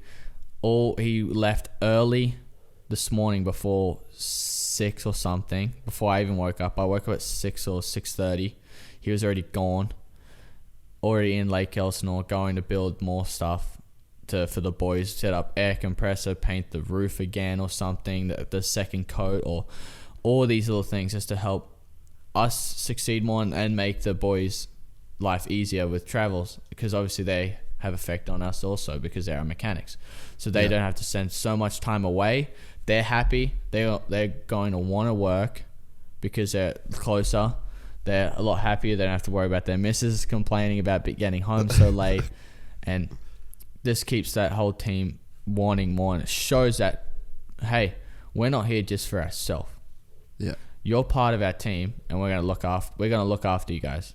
Is basically what we're kind of getting to. It's like, if you need this to help you to do your job better, we'll do it. And dad more so controls that side of stuff. Hunter and I are just kind of like the money person, like this is the card kind of thing. But that's what we're like, and Dazzy's a lot like that. He is, whatever we need to do to succeed, we'll do. And that's just how gnarly Daz is. He's did like all last year, that 83 compound, Chad Reed's old place. He was prepping the tracks, plus mechanicking for 2 guys, for Hunter and I. And he was there from early, probably the first guy out there and the last guy leaving, because he would prep the track, water the track, then clean our bikes, obviously make sure everything's good on those, and he spent all day out there. Thankfully now it's actually people out there doing that job for him, so he has it a little easier now, thankfully, because the guy worked his ass off. But he's terrible because he's always looking for work, so he's horrible. Even when he's home, he's looking for something to work. So, but yeah, Daz is gnarly. You know what he's not looking for? The spotlight. He doesn't want any of it. He doesn't give a fuck about being the man. He doesn't give a fuck about people knowing who he is. Doesn't give a fuck about any of that. And I think that, you see so many guys that have come in, and it's like their dads are part of the storyline in terms of like being a personality and injecting himself into it. And it's like your dad has none of that going on. And to me, I think it's so cool. Yeah, no, it's funny because my dad is so hard on Hunter and I that when I won an ADAC championship in Germany, and because I rode so bad in that last one, he'd even put the championship jerseys we made. And and obviously he knew it wasn't that big. Yeah. But I knew at the championship over here, it made it even better because I actually seen Dad wearing my championship shirt. I knew he wouldn't put that on just for no reason. He put it on for a good reason, and seeing that was cool. She's like, that was kind of like my own little, like in my mind, own little thing, like kind of good, like good job, son. Like you did what you need to do, kind of thing. So it's cool because you don't get, and you know how Daz is, you don't get much emotion out of him. He's pretty straightforward. You see him do his worst pit boarder. He riding that stuff's fine, but when you go to put the pit board out, it's just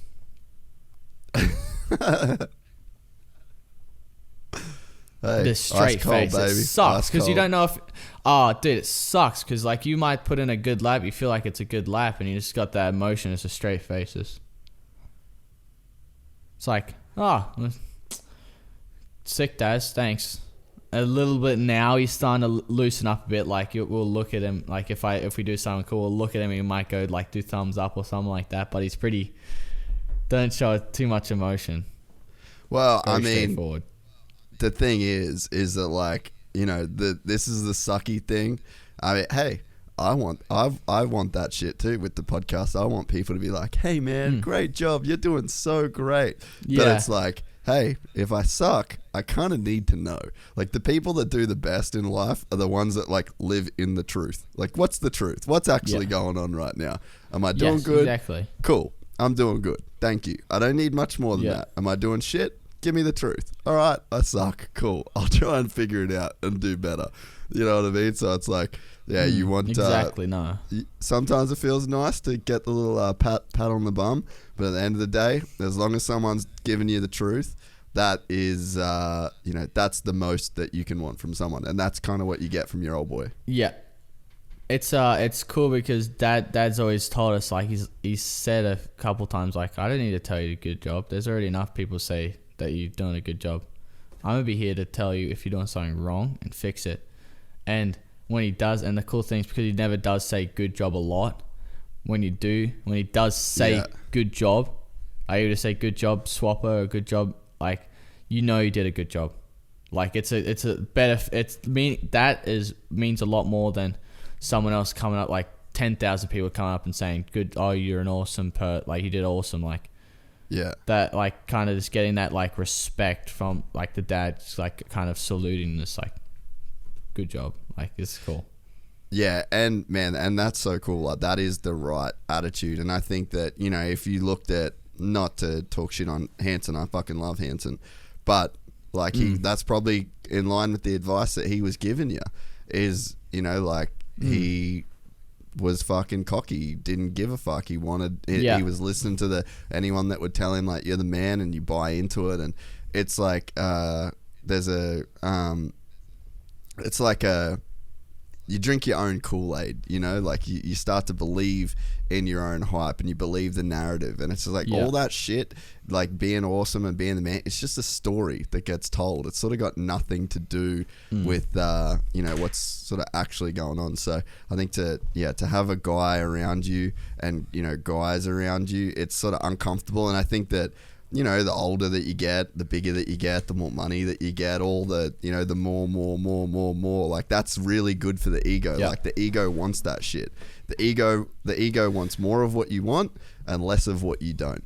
And it's like, you need to, that's the shit that just has to get cut through, like, at any level, no matter how much money you got, no matter how big you get. I mean, we're in a different situation, but it's like, same with the podcast, you know, like, as it gets bigger and bigger and bigger, doesn't mean shit. You're just the same person, you know, like, you can't feed into, we've all got the side of us that wants more. Give me all the good shit, give me none of the bad shit. But it's just like, again, the truth is what you want to hear at all times, no matter how much money you got, no matter how many races you won.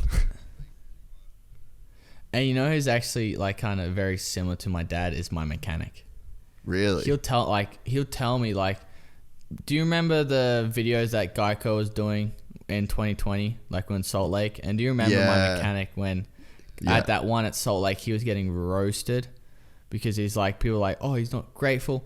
He's not like that all the time, but he'll let me know when I'm sucking. Like, he'll tell me, like, dude, what are you doing out there? Like, and that's why I even respect him more. And wherever I go, I want him to come with me. If I was going to another team, I would throw a big hissy fit if he wasn't coming until I got him to come with me. Because he's one of those mechanics that you don't want to lose.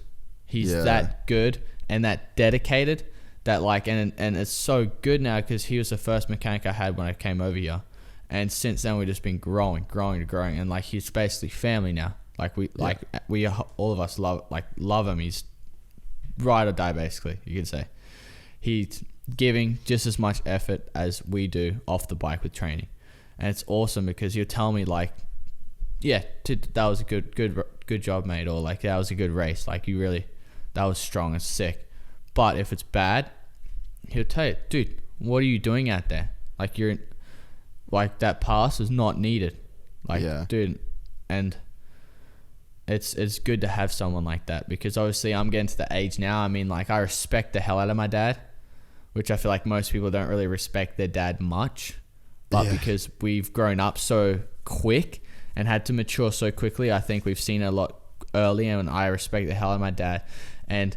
But because he still is my dad, sometimes you don't want to listen to dad. You could probably like understand, like when your dad Yeah. tells you to do something, like, oh, you got to do this on the bike, you're like, why are you telling me to do that? You don't even ride. Where if someone else like Johnny O'Mara would be saying the exact same thing, but because it's not your dad, you're like, oh, okay, Yeah. like someone else telling you, which is sometimes hard with other things, which Dazzy knows. He's so wise that he'll get like, he'll make sure like you kind of go through like Christian, because I know he'll know I always listen to Christian or Lucas with anything, or generally like with he knows the people I listen to and will do what they say.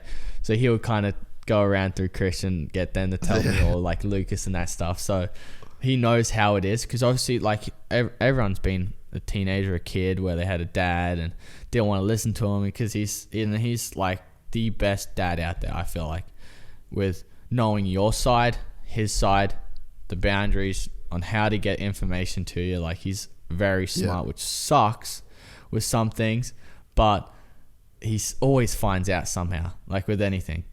And it's cool, and I respect the hell out of him, because without him, I wouldn't be sitting here. Let's just say that. I wouldn't be sitting here without him. Nah, I totally agree. If Mumsy and Dazzy didn't get on that night. Do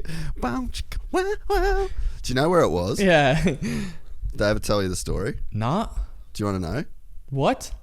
Yeah, I know. They told you the story. What? Yeah. Oh, dude, hectic. I'm good. Dazzy's Thanks. a G. I don't need to know this. I'm good. Thanks. I was gonna say. I'm like, oh, I didn't. You can keep that information. I don't need to know this. Okay. It was in the start shack at Coolum. That's why you're so good in the sand, Jett. Nah, that's fucked up. I shouldn't say that. Sorry, Daz. Sorry, Emma. That's not cool, bro. I forget what I was going to say. I was about to like go somewhere, and then you fucked me up. Actually, the one thing that I was going to go from there was when you talk about like the money side of things of wanting to, like build that shop. I didn't know that. That's insane. The one that's thing just happening now. It's so cool, man. And my personal experience with money, it's on a different level, but I started making more money when I just started spending more money on the right things. Like I didn't come from money at all. So you get some, and you want to hang on to it, and you're like a fucking squirrel with some nuts, and you're like, all right, I finally got this money. I've been broke my entire life, and I just don't want to go back to being broke. So you just like keep it, and you want to, you know what I mean? You have like this sort of really tight, closed mindset, and that's kind of would fuck me up, like I wouldn't pay an invoice until I absolutely had to, and I'd hold off on everything and just to try and keep the money, because I was so scared of going back to not having money. But as soon as I started being like, get an invoice, pay an invoice, hire the right contractor, get Ronan in working as much as he can, as soon as I started, as long as it was like smart money of like, this is going towards my business, this is going towards my work, this is going towards my future, even where now it's like I'm trying to be like, okay, how can I spend money to make my life better in terms of like my program easier? How can I get more control of my schedule? There's ways now where I'm like really trying to look to spend the right kind of money. So to hear, you guys say like the fact that you just pay your mum and dad to keep them, on the program, like that's been a thing that's fucked up a lot of people's careers. Is you have these parents that spend so much money and give up their entire life to get their kid to where they get to, and then they get this money, and then there's this fucking discrepancy of who owes what, blah, blah, blah, blah. Shit gets weird. So it's like the fact that you guys are dialed on that front, the fact that you want to spend money to make your mechanic's life easier. It's like, I think that's the mindset. And, in my own experience, that's what I've really been trying to learn is like, spend smart money, spend money on yourself, invest on yourself. I don't buy myself clothes. I don't buy myself much shit, but I'm definitely down to spend money on my business and myself in terms of like trying to get myself to where I want to be. So the fact that you guys are kind of like have that mindset, because it's hard, dude, when you grow up with no money. Like we come from the very similar background in that sense, and you get a bit and it's sort of hard to let it go, right? Yeah, no, exactly. Like this going off that, like, dude, my worst nightmare is probably going back to it how it was. I mean, the life I live now is unreal. I mean, I can go play any golf course I probably want. I could get any car I wanted.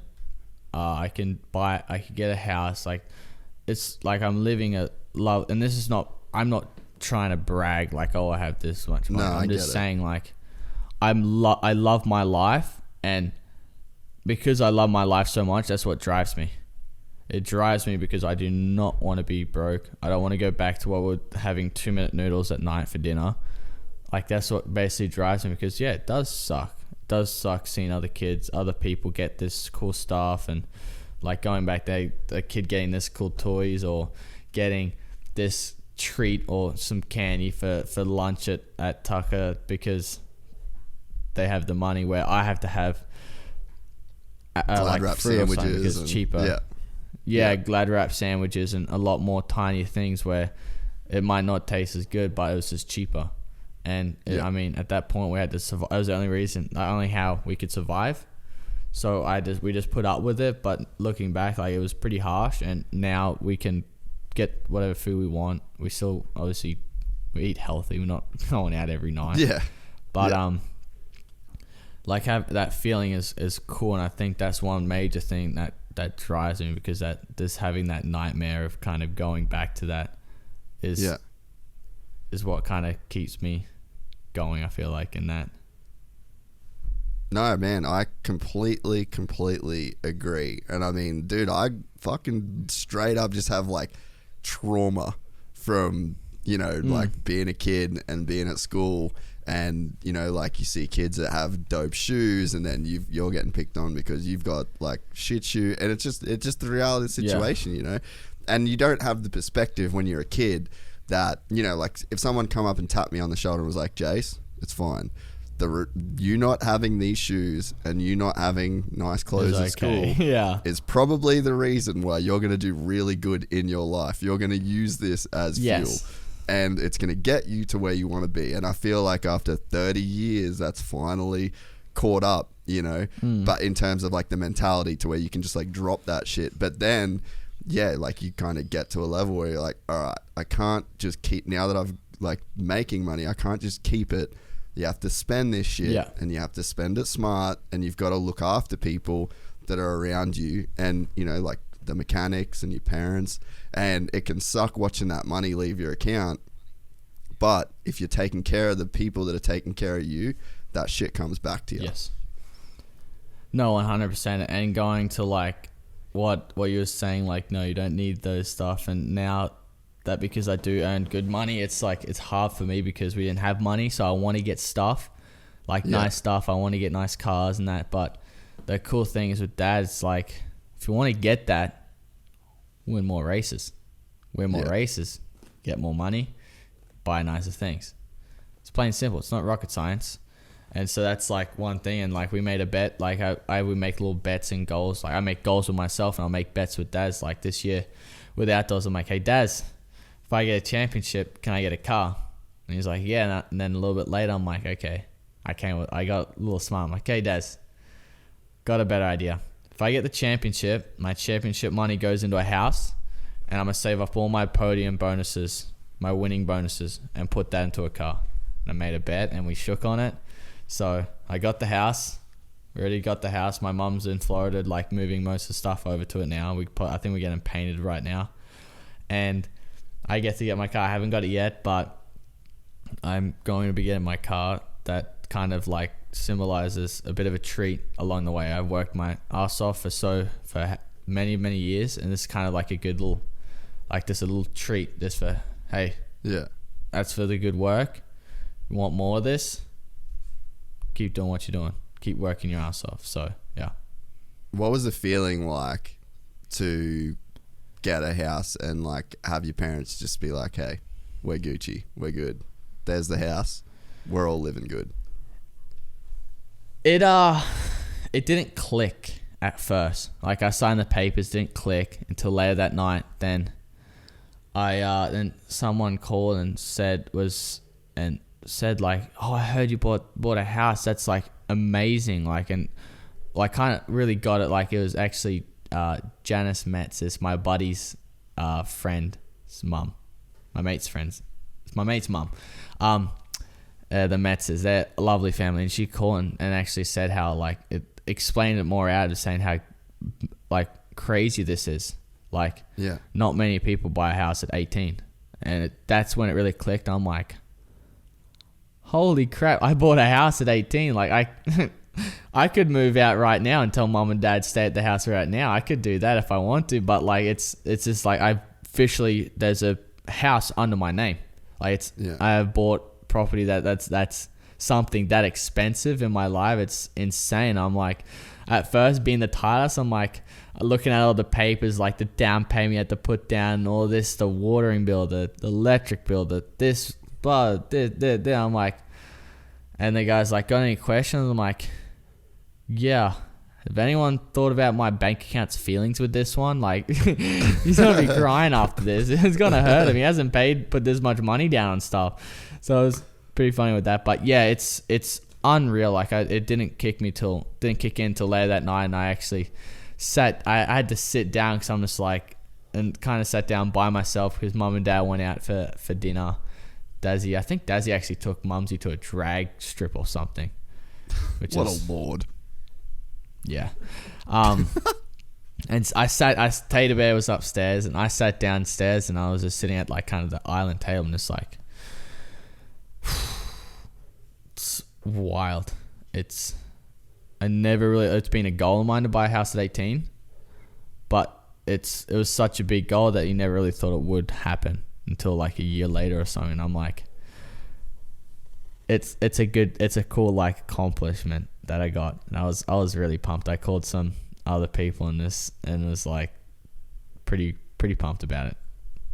Yeah, man, I think it is pretty special to do it, and I think it's cool too to take a moment. Like, I mean, again, you're a friend of mine, and it's one of the things where like I would be worried for you, and I have been worried for you at times, especially like to talk about cars and all that sort of shit. And it's like, it's worrying to not to buy that stuff, right? Because if you can, then you can. It's all good. Cool. But if you do and you buy it and you don't take that moment and it doesn't hit you the way that, you know, like when you buy yourself and you sit down and you have a moment to reflect. If it doesn't hit you like that, dude, like if you're buying this shit and you're not appreciating like the position that you're in and like still looking at it as like the little Coolum kid, like if you're just always looking at it as like the Jett Lawrence that can just do whatever he wants, and it's like if you're just that guy all the time, like it's gonna fuck you up eventually. And I think that you'll find out pretty quick that you're not that happy with any of this stuff. But I think that if you're in the mindset where you can sit down and take a second to like really let it sink in and really appreciate it and really because that's called humility. Like you sit down and you realize, you're like, holy shit, I'm a kid and I came from nothing and we achieved this thing and I did it, and now it's here for my parents and it's here for, you know, this is something forever. Like, so I am happy that you can talk about having that moment, because that would be one of my fears for you, you know, like, and even for me, like that's my next thing. Like I'm really trying to get my own house, and I've thought about it. Like I've thought about the feeling, like, dude, I'm like, I've thought about recently, like, I wonder if I'll cry when I fucking sit down with my parents, and, you know, because like my life's been fucked on that side of things, you know, like it's been pretty hard to do. Like I made no money in America, came back to Australia broke. Like when I started the podcast, I was broke, $0 in my account with just the microphones and a couple cameras, and that was it. And it's like, I've thought about that shit. I'm like, man, I'm probably going to fucking cry when I sit down with my parents and go for a wine with them and say like, hey, I just bought a house. And they'll probably cry too, because it was a super hard road. And it's like, you guys have had that same road. So it's like, if you just get on this wheel, and now that you've got some money and now that you can do what you want to do, like, yeah, if you don't appreciate that shit, I'd be super worried for you. So I'm glad as a friend that that's how you feel. No, and thank you. And like and I want to like, and it's cool because making the bet. Like, I mean, the car thing or the house, I could have bought. Like, I mean, the house thing I couldn't get because I needed to get my credit up, and because I just turned 18 like halfway through the year, like at the end of the year. But the car, I could have bought it this year, like at the start of this year if I wanted to. But like, it's stupid. I could go out and get any car I probably want. Maybe not stupid amount of money, but I could go and afford most cars I want. But there's no meaning to it. That's why I made the bet with my dad, because if I won that championship, it's more meaningful. So when I retire and I still got that car that I got with that championship, I can look at that and go, that car there, I made a bet with my dad in 2021 and won it. I said if I won the championship, my championship money would go to my house, and all my bonus, podium bonus that I saved up went into that car. And it's more of it's got a backstory about it, so it's more of meaning. It's not just a vehicle that you use, and it has more of attachment to it. And dude, trust me, like I've had a few times when I was driving my car to the compound where when I was by myself, just actually like it, sometimes it doesn't hit as hard, but other times it just will just hit you. Like I'm pretty sure a few times I've teared up driving to work going, I'm going to do something I love. I'm earning good money. My family's happy. I'm living happy. Like it's crazy, but it's such, and people can call me a pussy. You can call me a pussy. I don't care. Like, but I've cried a few times like this because it is so big, and you understand because we both came from nothing. Yeah. And we've worked our ass off to get to a point where we are today. And some people don't experience the same feeling we do. I mean, you're missing out a bit, to be honest, that feeling of accomplishment that you get with this tiny goals you have. And it's a feeling you can't get from anything else. And I've shed a few tears every now and then just thinking about going into detail, going, I'm doing what I love. I got a house. I got a amazing car. I can always have food on the table. I can supply this for someone. I have awesome friends. I have a great manager who's a friend, family, like more of a family than a friend. Like he's part of us. Like it's just so, and you go down to detail of every tiny thing. Did it hit you like a train? Them the tears does. Like it's pretty wild. Yeah, man. And I think, like I said, that's sort of something that as a friend would worry me. Like if I started to see shit where it's like you lose that meaning, you know, like, and I guess the point is that there's a curve. You go up and then you start to lose that meaning, and then it always comes down. You talk to anybody, dude. Like I got friends that got nothing to do with motocross that have like hundreds, millions of dollars, like big money. All of them will tell you that money can't buy you happiness, and that, you know, money can solve your money problems. That's essentially what money can do. Yeah, exactly. There's no, you know, money doesn't change like the person that sits on the toilet and has a shit. You know, like you're a dude. You're like, at the end of the day, like you're always just you. And no matter how much stuff you got, no matter how many things you get, at the end of the day, it's still you. And I think that, you know, you can save by just staying with that mentality, like knowing that if you go and buy everything that you want, everything that you've ever wanted, like you get lost in the sauce, at some point you'll crash and you'll come back to the point where you are now and realize that it doesn't matter. So it's like, if you know that to be true, if we've seen these examples of people that have done that, save yourself the hassle. You know what I mean? Save yourself the carnage in the middle. Yeah, and going off like how that like he's saying, money can't buy you happiness. Like literally, as soon as you said that, the main thing popped up. Last night I was with, you know, AJ and Cam, his camera guy, and we had Jake or Jack.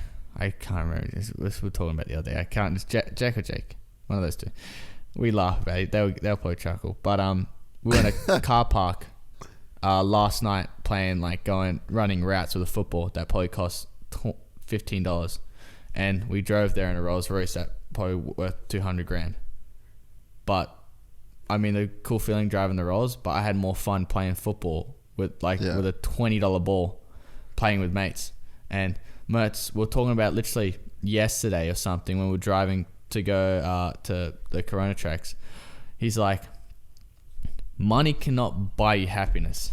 He says, I'd rather have not that much money but have friends to go have fun with than have all the money in the world and not have anyone. He says, just remember that. And because we're talking about something, I can't quite remember what it was, but it was like crossing and breaking paths. Like, and he says, like, do not cross do not dog anyone, basically. He says, the people that help you, make sure you keep with them. Yeah. Don't just use them and then get rid of them. Stay, the people that help you, make sure you thank them. Make sure you do whatever you can to make sure they know that you're thankful of them. Yeah. And we're talking through that, and he says, and that's what bringing up the money can't bring you happiness kind of thing. So yeah, that was the kind of quick thing that I remember. Is just the other night playing with a $15 football, which sadly it's not AFL or rugby, it's American football. So sorry Australia. Sorry to disappoint, but yeah, playing with a $15 ball and having a $2,000 Rolls Royce right there that we drove in, and we're more excited about playing football with the boys than the car. So yeah, that's sick, dude. Well, yeah, I mean that stokes me out. I mean, I think that's probably if there's any kind of, I don't know, just worry on my end or advice, would just be just gratitude is the attitude. Stay grateful and stay humble, because at the end of the day, and the other thing is, you're going to retire. At some point, you ain't going to be racing motocross. You ain't going to be racing supercross. And people won't give a fuck. It would be cool that you did all the things that you did, but if you're a douche, it's not going to matter shit. Yeah. So, anyway. Yeah, exactly. So, back to the old motocross season. Why were you so shit at Hangtown?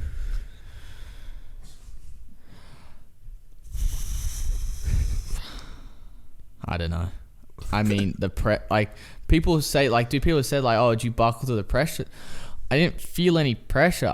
It sucked that happened at that race. I mean, it was there was going to be one bad moto coming because I had 4 moto wins in a row. Yeah. So it was it only lasts so long, and that one sucked. I mean, the start, everyone's dude, he's already sucking. He's already buckling under pressure. The start was terrible. They dropped the gate so quick, I wasn't ready for it because I shift into second as they turn sideways. So by the time I get set, it's already been 2 seconds. Yeah. And when I got set in, they dropped the gate straight away. So I wasn't even quite ready for it. So I got screwed then.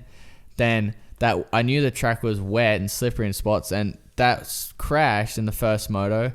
I was in a rut, and that's why I gave it the bit of USA, because I thought I was in a rut. But the rut just blew out when I landed in it. And it sucks because it's just how it is. But on the outside, they're oh, he's buckling, he's gonna throw it away. It sucks for me because I'm I was calm. I wasn't I was freaking out. I'm oh, I'm still good.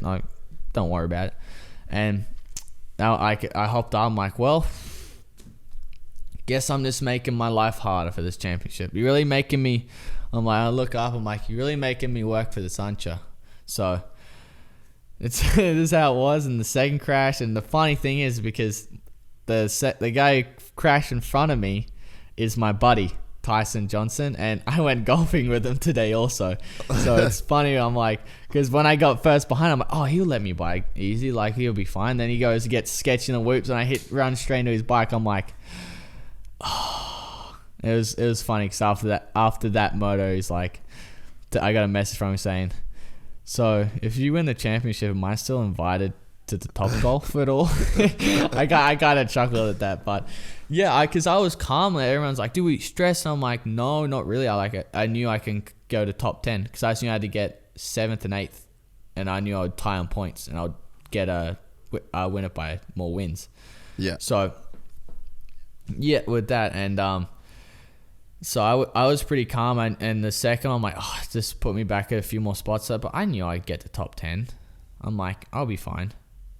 And obviously the first one I got to 8th. I'm okay, let's make sure I need to learn for the next one. And then the next one, that first lap, I went and kind of just slightly I got really close to Volan's back wheel and grabbed just slightly tapped it and grabbed too much front braking because it was so dry and horrible that track was, I washed the front, which was probably like 4th or 5th, was it? Yeah, it was around there. I was roughly around there. And I went back to 7th or like 10th or so. I'm like, well, it's going to be easy. I only have 1 lap in, so I have a lot more racing to go. And most of the guys would probably be finished because, again, going off my fitness because I put the work in. So thank gosh I did, because I was able to push through and come back to 3rd and being able to wrap it up. I mean, Justin wasn't making it easy also. He rode unreal there. Yeah. Doesn't he like always win at that track? He's like... That was pretty gnarly. Like, he... Talk about just doing what you got to do. Like, props to him. He fucking sent it. He did a very good job. Very good job. And so, good job to him. You get a gold star sticker. But yeah, it was a bit of a stressful moment. But and my dad was the exact same. My dad, Lucas, was freaking. You know how Lucas is. He's bro, pacing back and forth. He's swearing, going off his tree. And Daz, I'm pretty sure I can literally picture Dazzy. He's probably standing on a hill just watching. And he was like pretty close and saw my crash in the first one. And he told me, he's like, I kind of chuckled a bit, to be honest. He's just like, you're making it a bit hard on yourself, Jetson, like Swapper. He's like, come on. But like, it was funny because I'm like, that was the same. I'm like, dang it, you're just making it hard on yourself. And it's where Luke's is like emotional woman, like just pacing back and forth, like insanely, like going off his tree, like. And don't worry, you can ask him on a phone call or maybe an interview. But dude, after that first moto, the other day after that first moto, I came in. Oh, sorry, you go. You went up first. After that first moto, yeah, you go. Okay. After that first moto, when I came in, I think I may have not have broken the table, the the foldable table on the side that we put our crap on, because I came in to slam my helmet down because I was so pissed off. And he was in the van, like he followed me in the truck, just like trying to calm me down. I was so pissed, like so mad. And you can ask him. Hunter and I were probably like one of the most hardest person on ourselves. Like whoever gives us the most crap is ourselves, like punishment wise, I feel like. Dude, he mountain bike. The other day he calls me up and it was no shit 2 seconds into the phone call and like the Dodgers are playing, and then he just like starts losing it at the TV for 30 seconds, and then he's like, I just got to call you back. I got to call you back. And I was like, are you fucking serious? Dude, it's so annoying. His stupid football. Like, it's football Sunday today. He's probably watching football all day. I'm thankfully didn't have to deal with him in the morning, because before he left, he's like, you'll see him literally be in the chair, like you'll be talking to him, and then he's just getting up, like starts yelling, and there's like, he's carries on like a muppet, like he loves his football. He does, it's funny as, but yeah, he's exactly like that. And the same with riding, exactly the same. Oh, I love it. He's like a cartoon character that you hang around that actually kills 100%. Yeah, 100%. So when you finally crossed the line, I mean, did you like? I think it's pretty much like, I feel like when you passed Schwartz in the second moto, you're pretty just dialed. Like from that point, you were pretty much championship in the bag. When did it sink in? Was it when you were on track actually racing, or did you wait to have any thoughts until like after the checkered flag, or like when did you start thinking about what you'd done? It was the next morning. Really? That's when it sunk in. Because, I mean, like, I was pumped and that stuff, but when it really, like, kind of hit, like, really, like, you know, like, kind of really hits you, like, deep, it was the next morning waking up and going, like, just because it felt like it was like a dream, basically. After that, when I went across that finish line, the rest was like a dream, dude. Like, it doesn't seem real. And it wasn't until that next morning, just waking up and going, I'm a champion now. Like, it's, and like I just said to Dad, I'm like, I can officially say I'm a champion. Like and he's like, yep, but we can. Like you can still wanker, but yeah, you're champion now. And that's when it really kicked in, because it's just like everything that's gone into it is everything we put into the blood, sweat, tears going into this one big goal. Yeah. And to be able to get it was pretty wild. Then I was watching MotoGP last night. Did you watch it last night? Oh, it would have been morning for you this morning. No, I'm terrible. I don't watch any other sports. You don't I'd rather really go to it and see it or do it. Yeah. Nope. So Valentino's last race, 26 years pro. And when he crossed the finish line, it was insane, dude. It was like a presidential parade. And he pulls, like, when he stopped on the track, every rider come up to him, every track official. It was just a swamp of, like a swarm of people around him. And then he goes from there and he takes the flag and he does a lap, and then he rides into the pits and they've got like an arch. Dude, Suzuki set up this arch for him through their pits, and they had their whole group of, mechanics and techs, and everyone like made this tiny little archway for him to ride through. And then when he got there, he didn't even have to put his bike on the stand. There was so many people that just squeezed in that he just stood up on his seat of his bike. Like, you should go and watch it. I'll try and send you a video of it. But it's like these people crammed in, and he didn't even have to put his bike on a stand. He just stood on it. And there's just a sea of people. And me and Maddie were in the car. We were driving home from the airport. And what you said about it being a dream, it's like, in the moment, how do you even take it all in? What's actually even happening? Like, I looked at that and I was like, that is just this insane experience. Like, he's just living in a movie. Like, what would it be to like look through his eyes right now and experience what he's doing? And it's like, he'll never get that again. That's gone. Like that's the crazy moment in time. The last of that feeling, yeah. And it's like, how do you be present enough and just soak it all in? And then the crazy thing, and I mean, it's probably something that you experienced that next morning, is that it's sort of like what we said even about like the money stuff, is like you wake up the next day and it's like, it's just you. Like, you're the same Jett. Yeah. You're the same guy, but you've just lived through this incredible, like, dream-like experience. The experience, yeah. No, the realization of what you did is this is the main thing that got to it. Like, that gives you that feeling. I mean, I can't, like, that feeling going across the finish line. And I mean, only if I probably wasn't as big as Rossi's one, but that feeling of just going and thing, making though, right?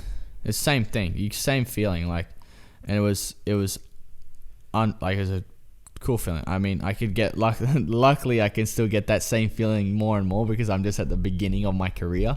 Where Rossi, that was his last kind of like feeling of that type of feeling that he's going to get, which is, it's cool. It's cool because I feel like he's like that kind of like that Ricky Carmichael and James Stewart kind of era. He's like that, like, but because he went so long, he's like that last kind of person. I feel like of those legends. Yeah. And it's awesome that he got to race for that long, because in our sport, you can't do that long in our sport. Yeah. So when we were talking about like kind of at the start of this, how you get a guy that, comes along and just puts the sport on their shoulders and just elevates it to this whole new level. Dude, that's what Rossi did. Like, Valentino was that guy. Like, he took MotoGP and he turned it into like this crazy mainstream, like, because of him, like, and he did put it on his back, but he also then like won the races. So I think, if you've got that mentality of trying to be, one of those guys, then fuck, I'm going to TikTok you putting lip gloss on, and then we can make a TikTok out of that, I reckon. Dude, boomer. My lips are so dry, dude. Oh my gosh. Like, California is so dry, dude. I know, yeah, Cross gnarly. Creek. Oh my goodness. She'll get you. But yeah, it's like, I think he's the model. Like, that's the kind of guy, and it can't, I guess my point is, like, it can be done. Like, you can be the superstar, and you can be humble enough to put in the work and be good to people and win the races while still, doing it all. Like, I think he's the guy that can be looked at, to do what I guess you're kind of trying to do. Yeah, no, 100%, and that's like him is kind of like what I want to do, like exactly what you said. Like, I'm trying to do the same thing, which is going to be hard. Like, it's not like it's easy. It's like, I mean, riding a dirt bike or winning a race is way easier than trying to build the sport up to bigger. Yeah, I feel like that's even more difficult than actually trying to win a championship, to be honest. Yeah, because it's just like it's so many things that are going to play to try and get it bigger. Yeah, no, that is so true. Hey, what time have you got to be out of here to get to that dinner? It's 5:20, but I probably should actually see how far away it is. Yeah, do that. Tell you I don't exactly. want you to be late. We can keep talking for a bit, but I don't want you to miss out on your shit. Look at ours. Oh, it's 47 minutes. Jesus. Cali, bro. I definitely don't miss that traffic. Traffic. Yeah, shithole. Okay, it's 47 minutes. I'll be a little bit late. Sweet. How much time you got? Probably not much. No, that's all good. What else? Is there anything else going on that we should kind of cover off on? Because I know you're a busy guy, Jett. Very busy guy. Yeah, very busy, mate. Motherfucker. Probably the latest one is AJ and I have done a thing. We're creating an app called the Moto Academy. So Moto Academy and I have basically partnered up that's an app that you can directly message me. Or, you there? Sorry, dude. Oh, you can hear me now? Yeah. Did you miss all of that? Fuck. What were you saying? Jacob got it. I'll listen to it later. Okay. No, what were you talking about? Moto Academy and AJ and we've partnered up to do like this app, and you can go on that app. You can watch. We're going to be doing videos that you can see of me doing a video of like hitting a jump. You can learn how to hit a jump, some other more technical stuff like wheel taps and that stuff. And there's a video of me doing it, and then you can learn how to, and we'll tell you and learn how to do it. And then you can directly message us on the app, and we will send you back some tips and tricks to let you know how you can correct it. And it's a really cool thing. I feel like it's going to be something really different and new, and I really feel like it's going to take off this one. And I'm excited for it because AJ is awesome, dude. And we just got filming like kind of that intro that I was talking about today. Yep. We just finished that, and we did all filming yesterday. So that's that. That's pretty sick and exciting. I don't know when he's dropping it, but all I know is that you got to subscribe before December 18th to be able to win a 2022 CRF 250 Honda.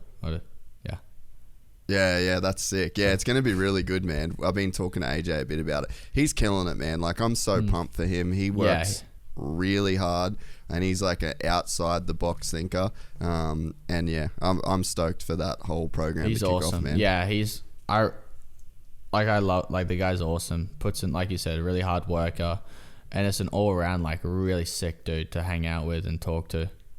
Yeah, nah, man, that's awesome. Hey, the other thing I wanted to ask you about, just for the channel's sake, because people will want to know, what is the new CRF 250 like, the 2022? Should I buy one, Jett?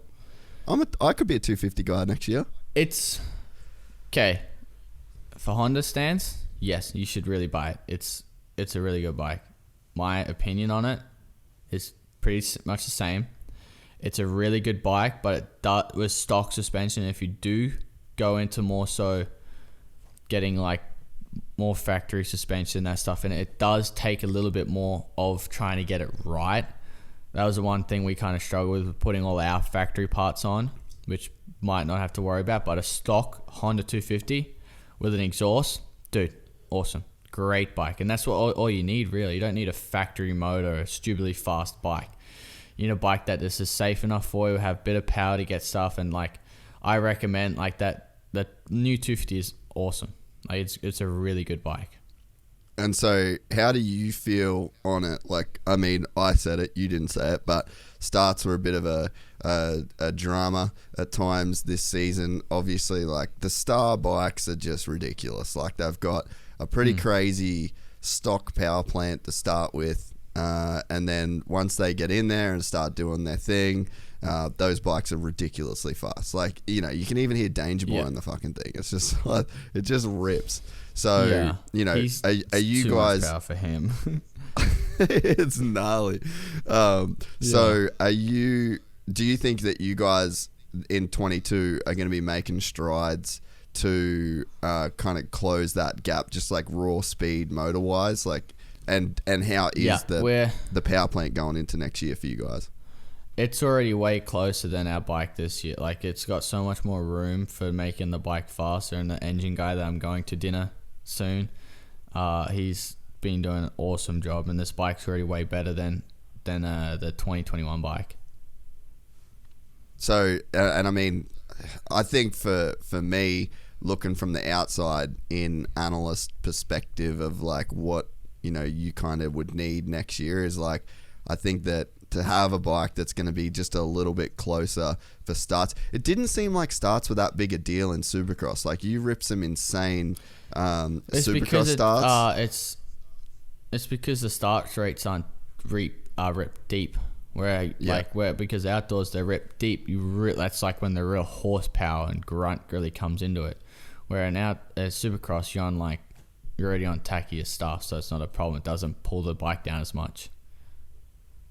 Yeah, so, I mean, I think that, it's probably going to be outdoors where we'll see the most kind of difference. You really see it, in that.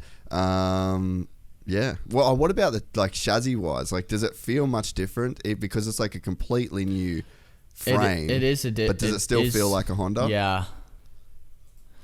No, it definitely feels way different. Takes a little bit to get used to it first, but once you get used to it, it's a lot better. And in what ways do you reckon? Just feeling-wise, feeling the bike, how it goes over bumps, sharp edge bumps. Just like the feeling that you get with the bike in between your legs, like the grip you get, like it's just a whole different feeling. But it is, and the different feeling is a good feeling though. It's not bad. Yeah, that makes sense. Oh, one last thing that I was going to ask you about. Shout out to your boy Hunter for getting that Red Bull lid. Yeah. No, that's awesome. That was really cool. I'm pumped for him. Was it pretty special to like be the one that could give him the helmet? Did he have any idea like how that was kind of going down? No, I don't think he. I mean, I didn't really know until I got the helmet given to me. I'm like, why has it got 96 on it? He's like, yeah, Hunter's Red Bull now. Oh, okay.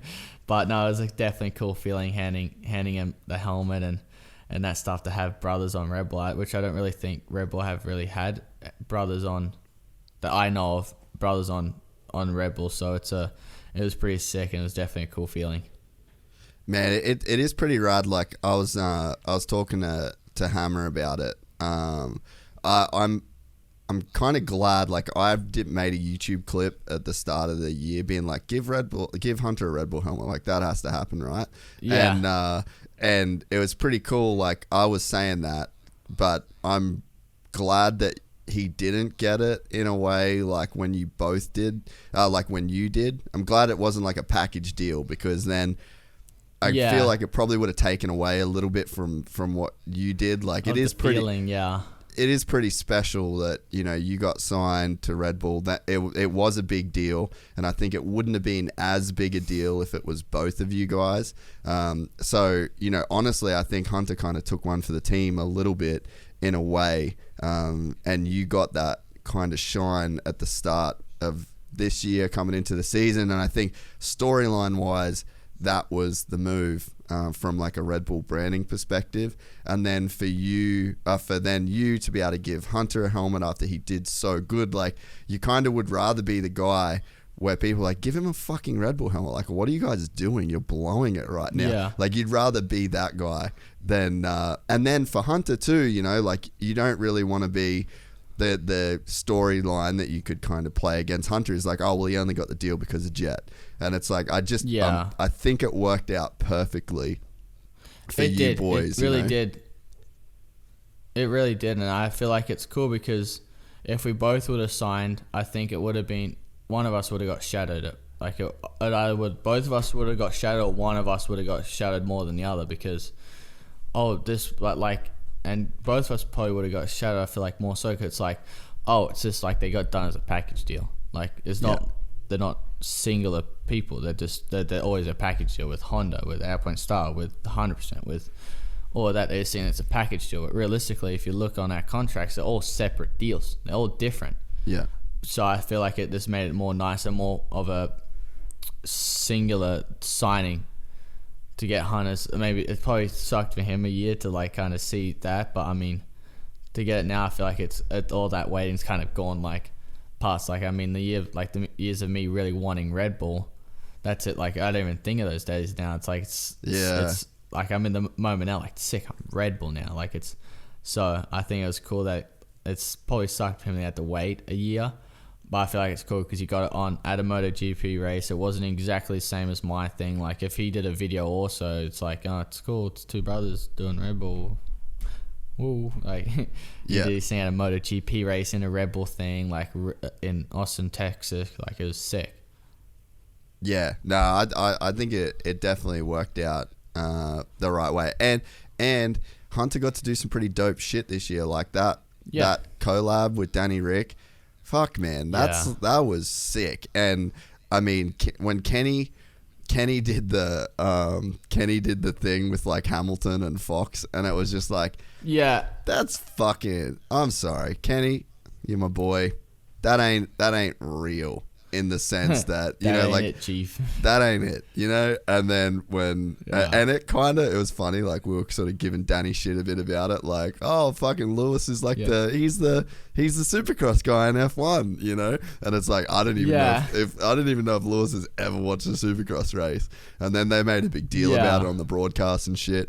And it was just like, I mean, kinda, but not really. And then I'm pretty sure I don't even think he even got the gear Hamilton. They just made it of like, who knows? I don't know, but but the way that Danny did it, and the full kit and the helmet, and it was like the same as the merch. Then he copied the helmet, like it was done right. Yeah, it was legit. So sick. I mean, if Hunter, that was the coolest gear of the year, I think. I completely agree. And but I mean, that's just Danny's killing it on the whole merch thing, you know. Like he's probably the guy. I think your merch is cool, but I think Danny's doing it on like the biggest level, I reckon. Like he's got like a 100%. Fucking design line almost, you know what I mean? And it comes comes from him. So I think that if Hunter got the Red Bull deal at the start of this year, like the Danny Rick thing doesn't happen. I mean, the Miami Heat, you know, like the Miami gear that he runs. So, I mean, I think it worked out. Happy ending for all. Yeah, exactly. All right, G. Well, get to this dinner. Appreciate it. I know you'll be a little bitch about driving here. Appreciate you actually making it happen. Well, I didn't think of it until like I got here. I was gonna fucking lose I was like, dude, I'm like, you came and messaged me, what if I paid for your Uber? I'm like, driving's not the problem, it's just the time trying to get there. But because I realized, I'm like, I do it Sunday because I'm already down here golfing. So I'm like, okay, I'll do it then. Yeah, guess I can slide it in. Yeah, thanks for fitting me in, man. I really appreciate it. No problem, mate. Thanks for having me. All right, bro. Well, stay hard, and let's get some more chips in 2022, baby.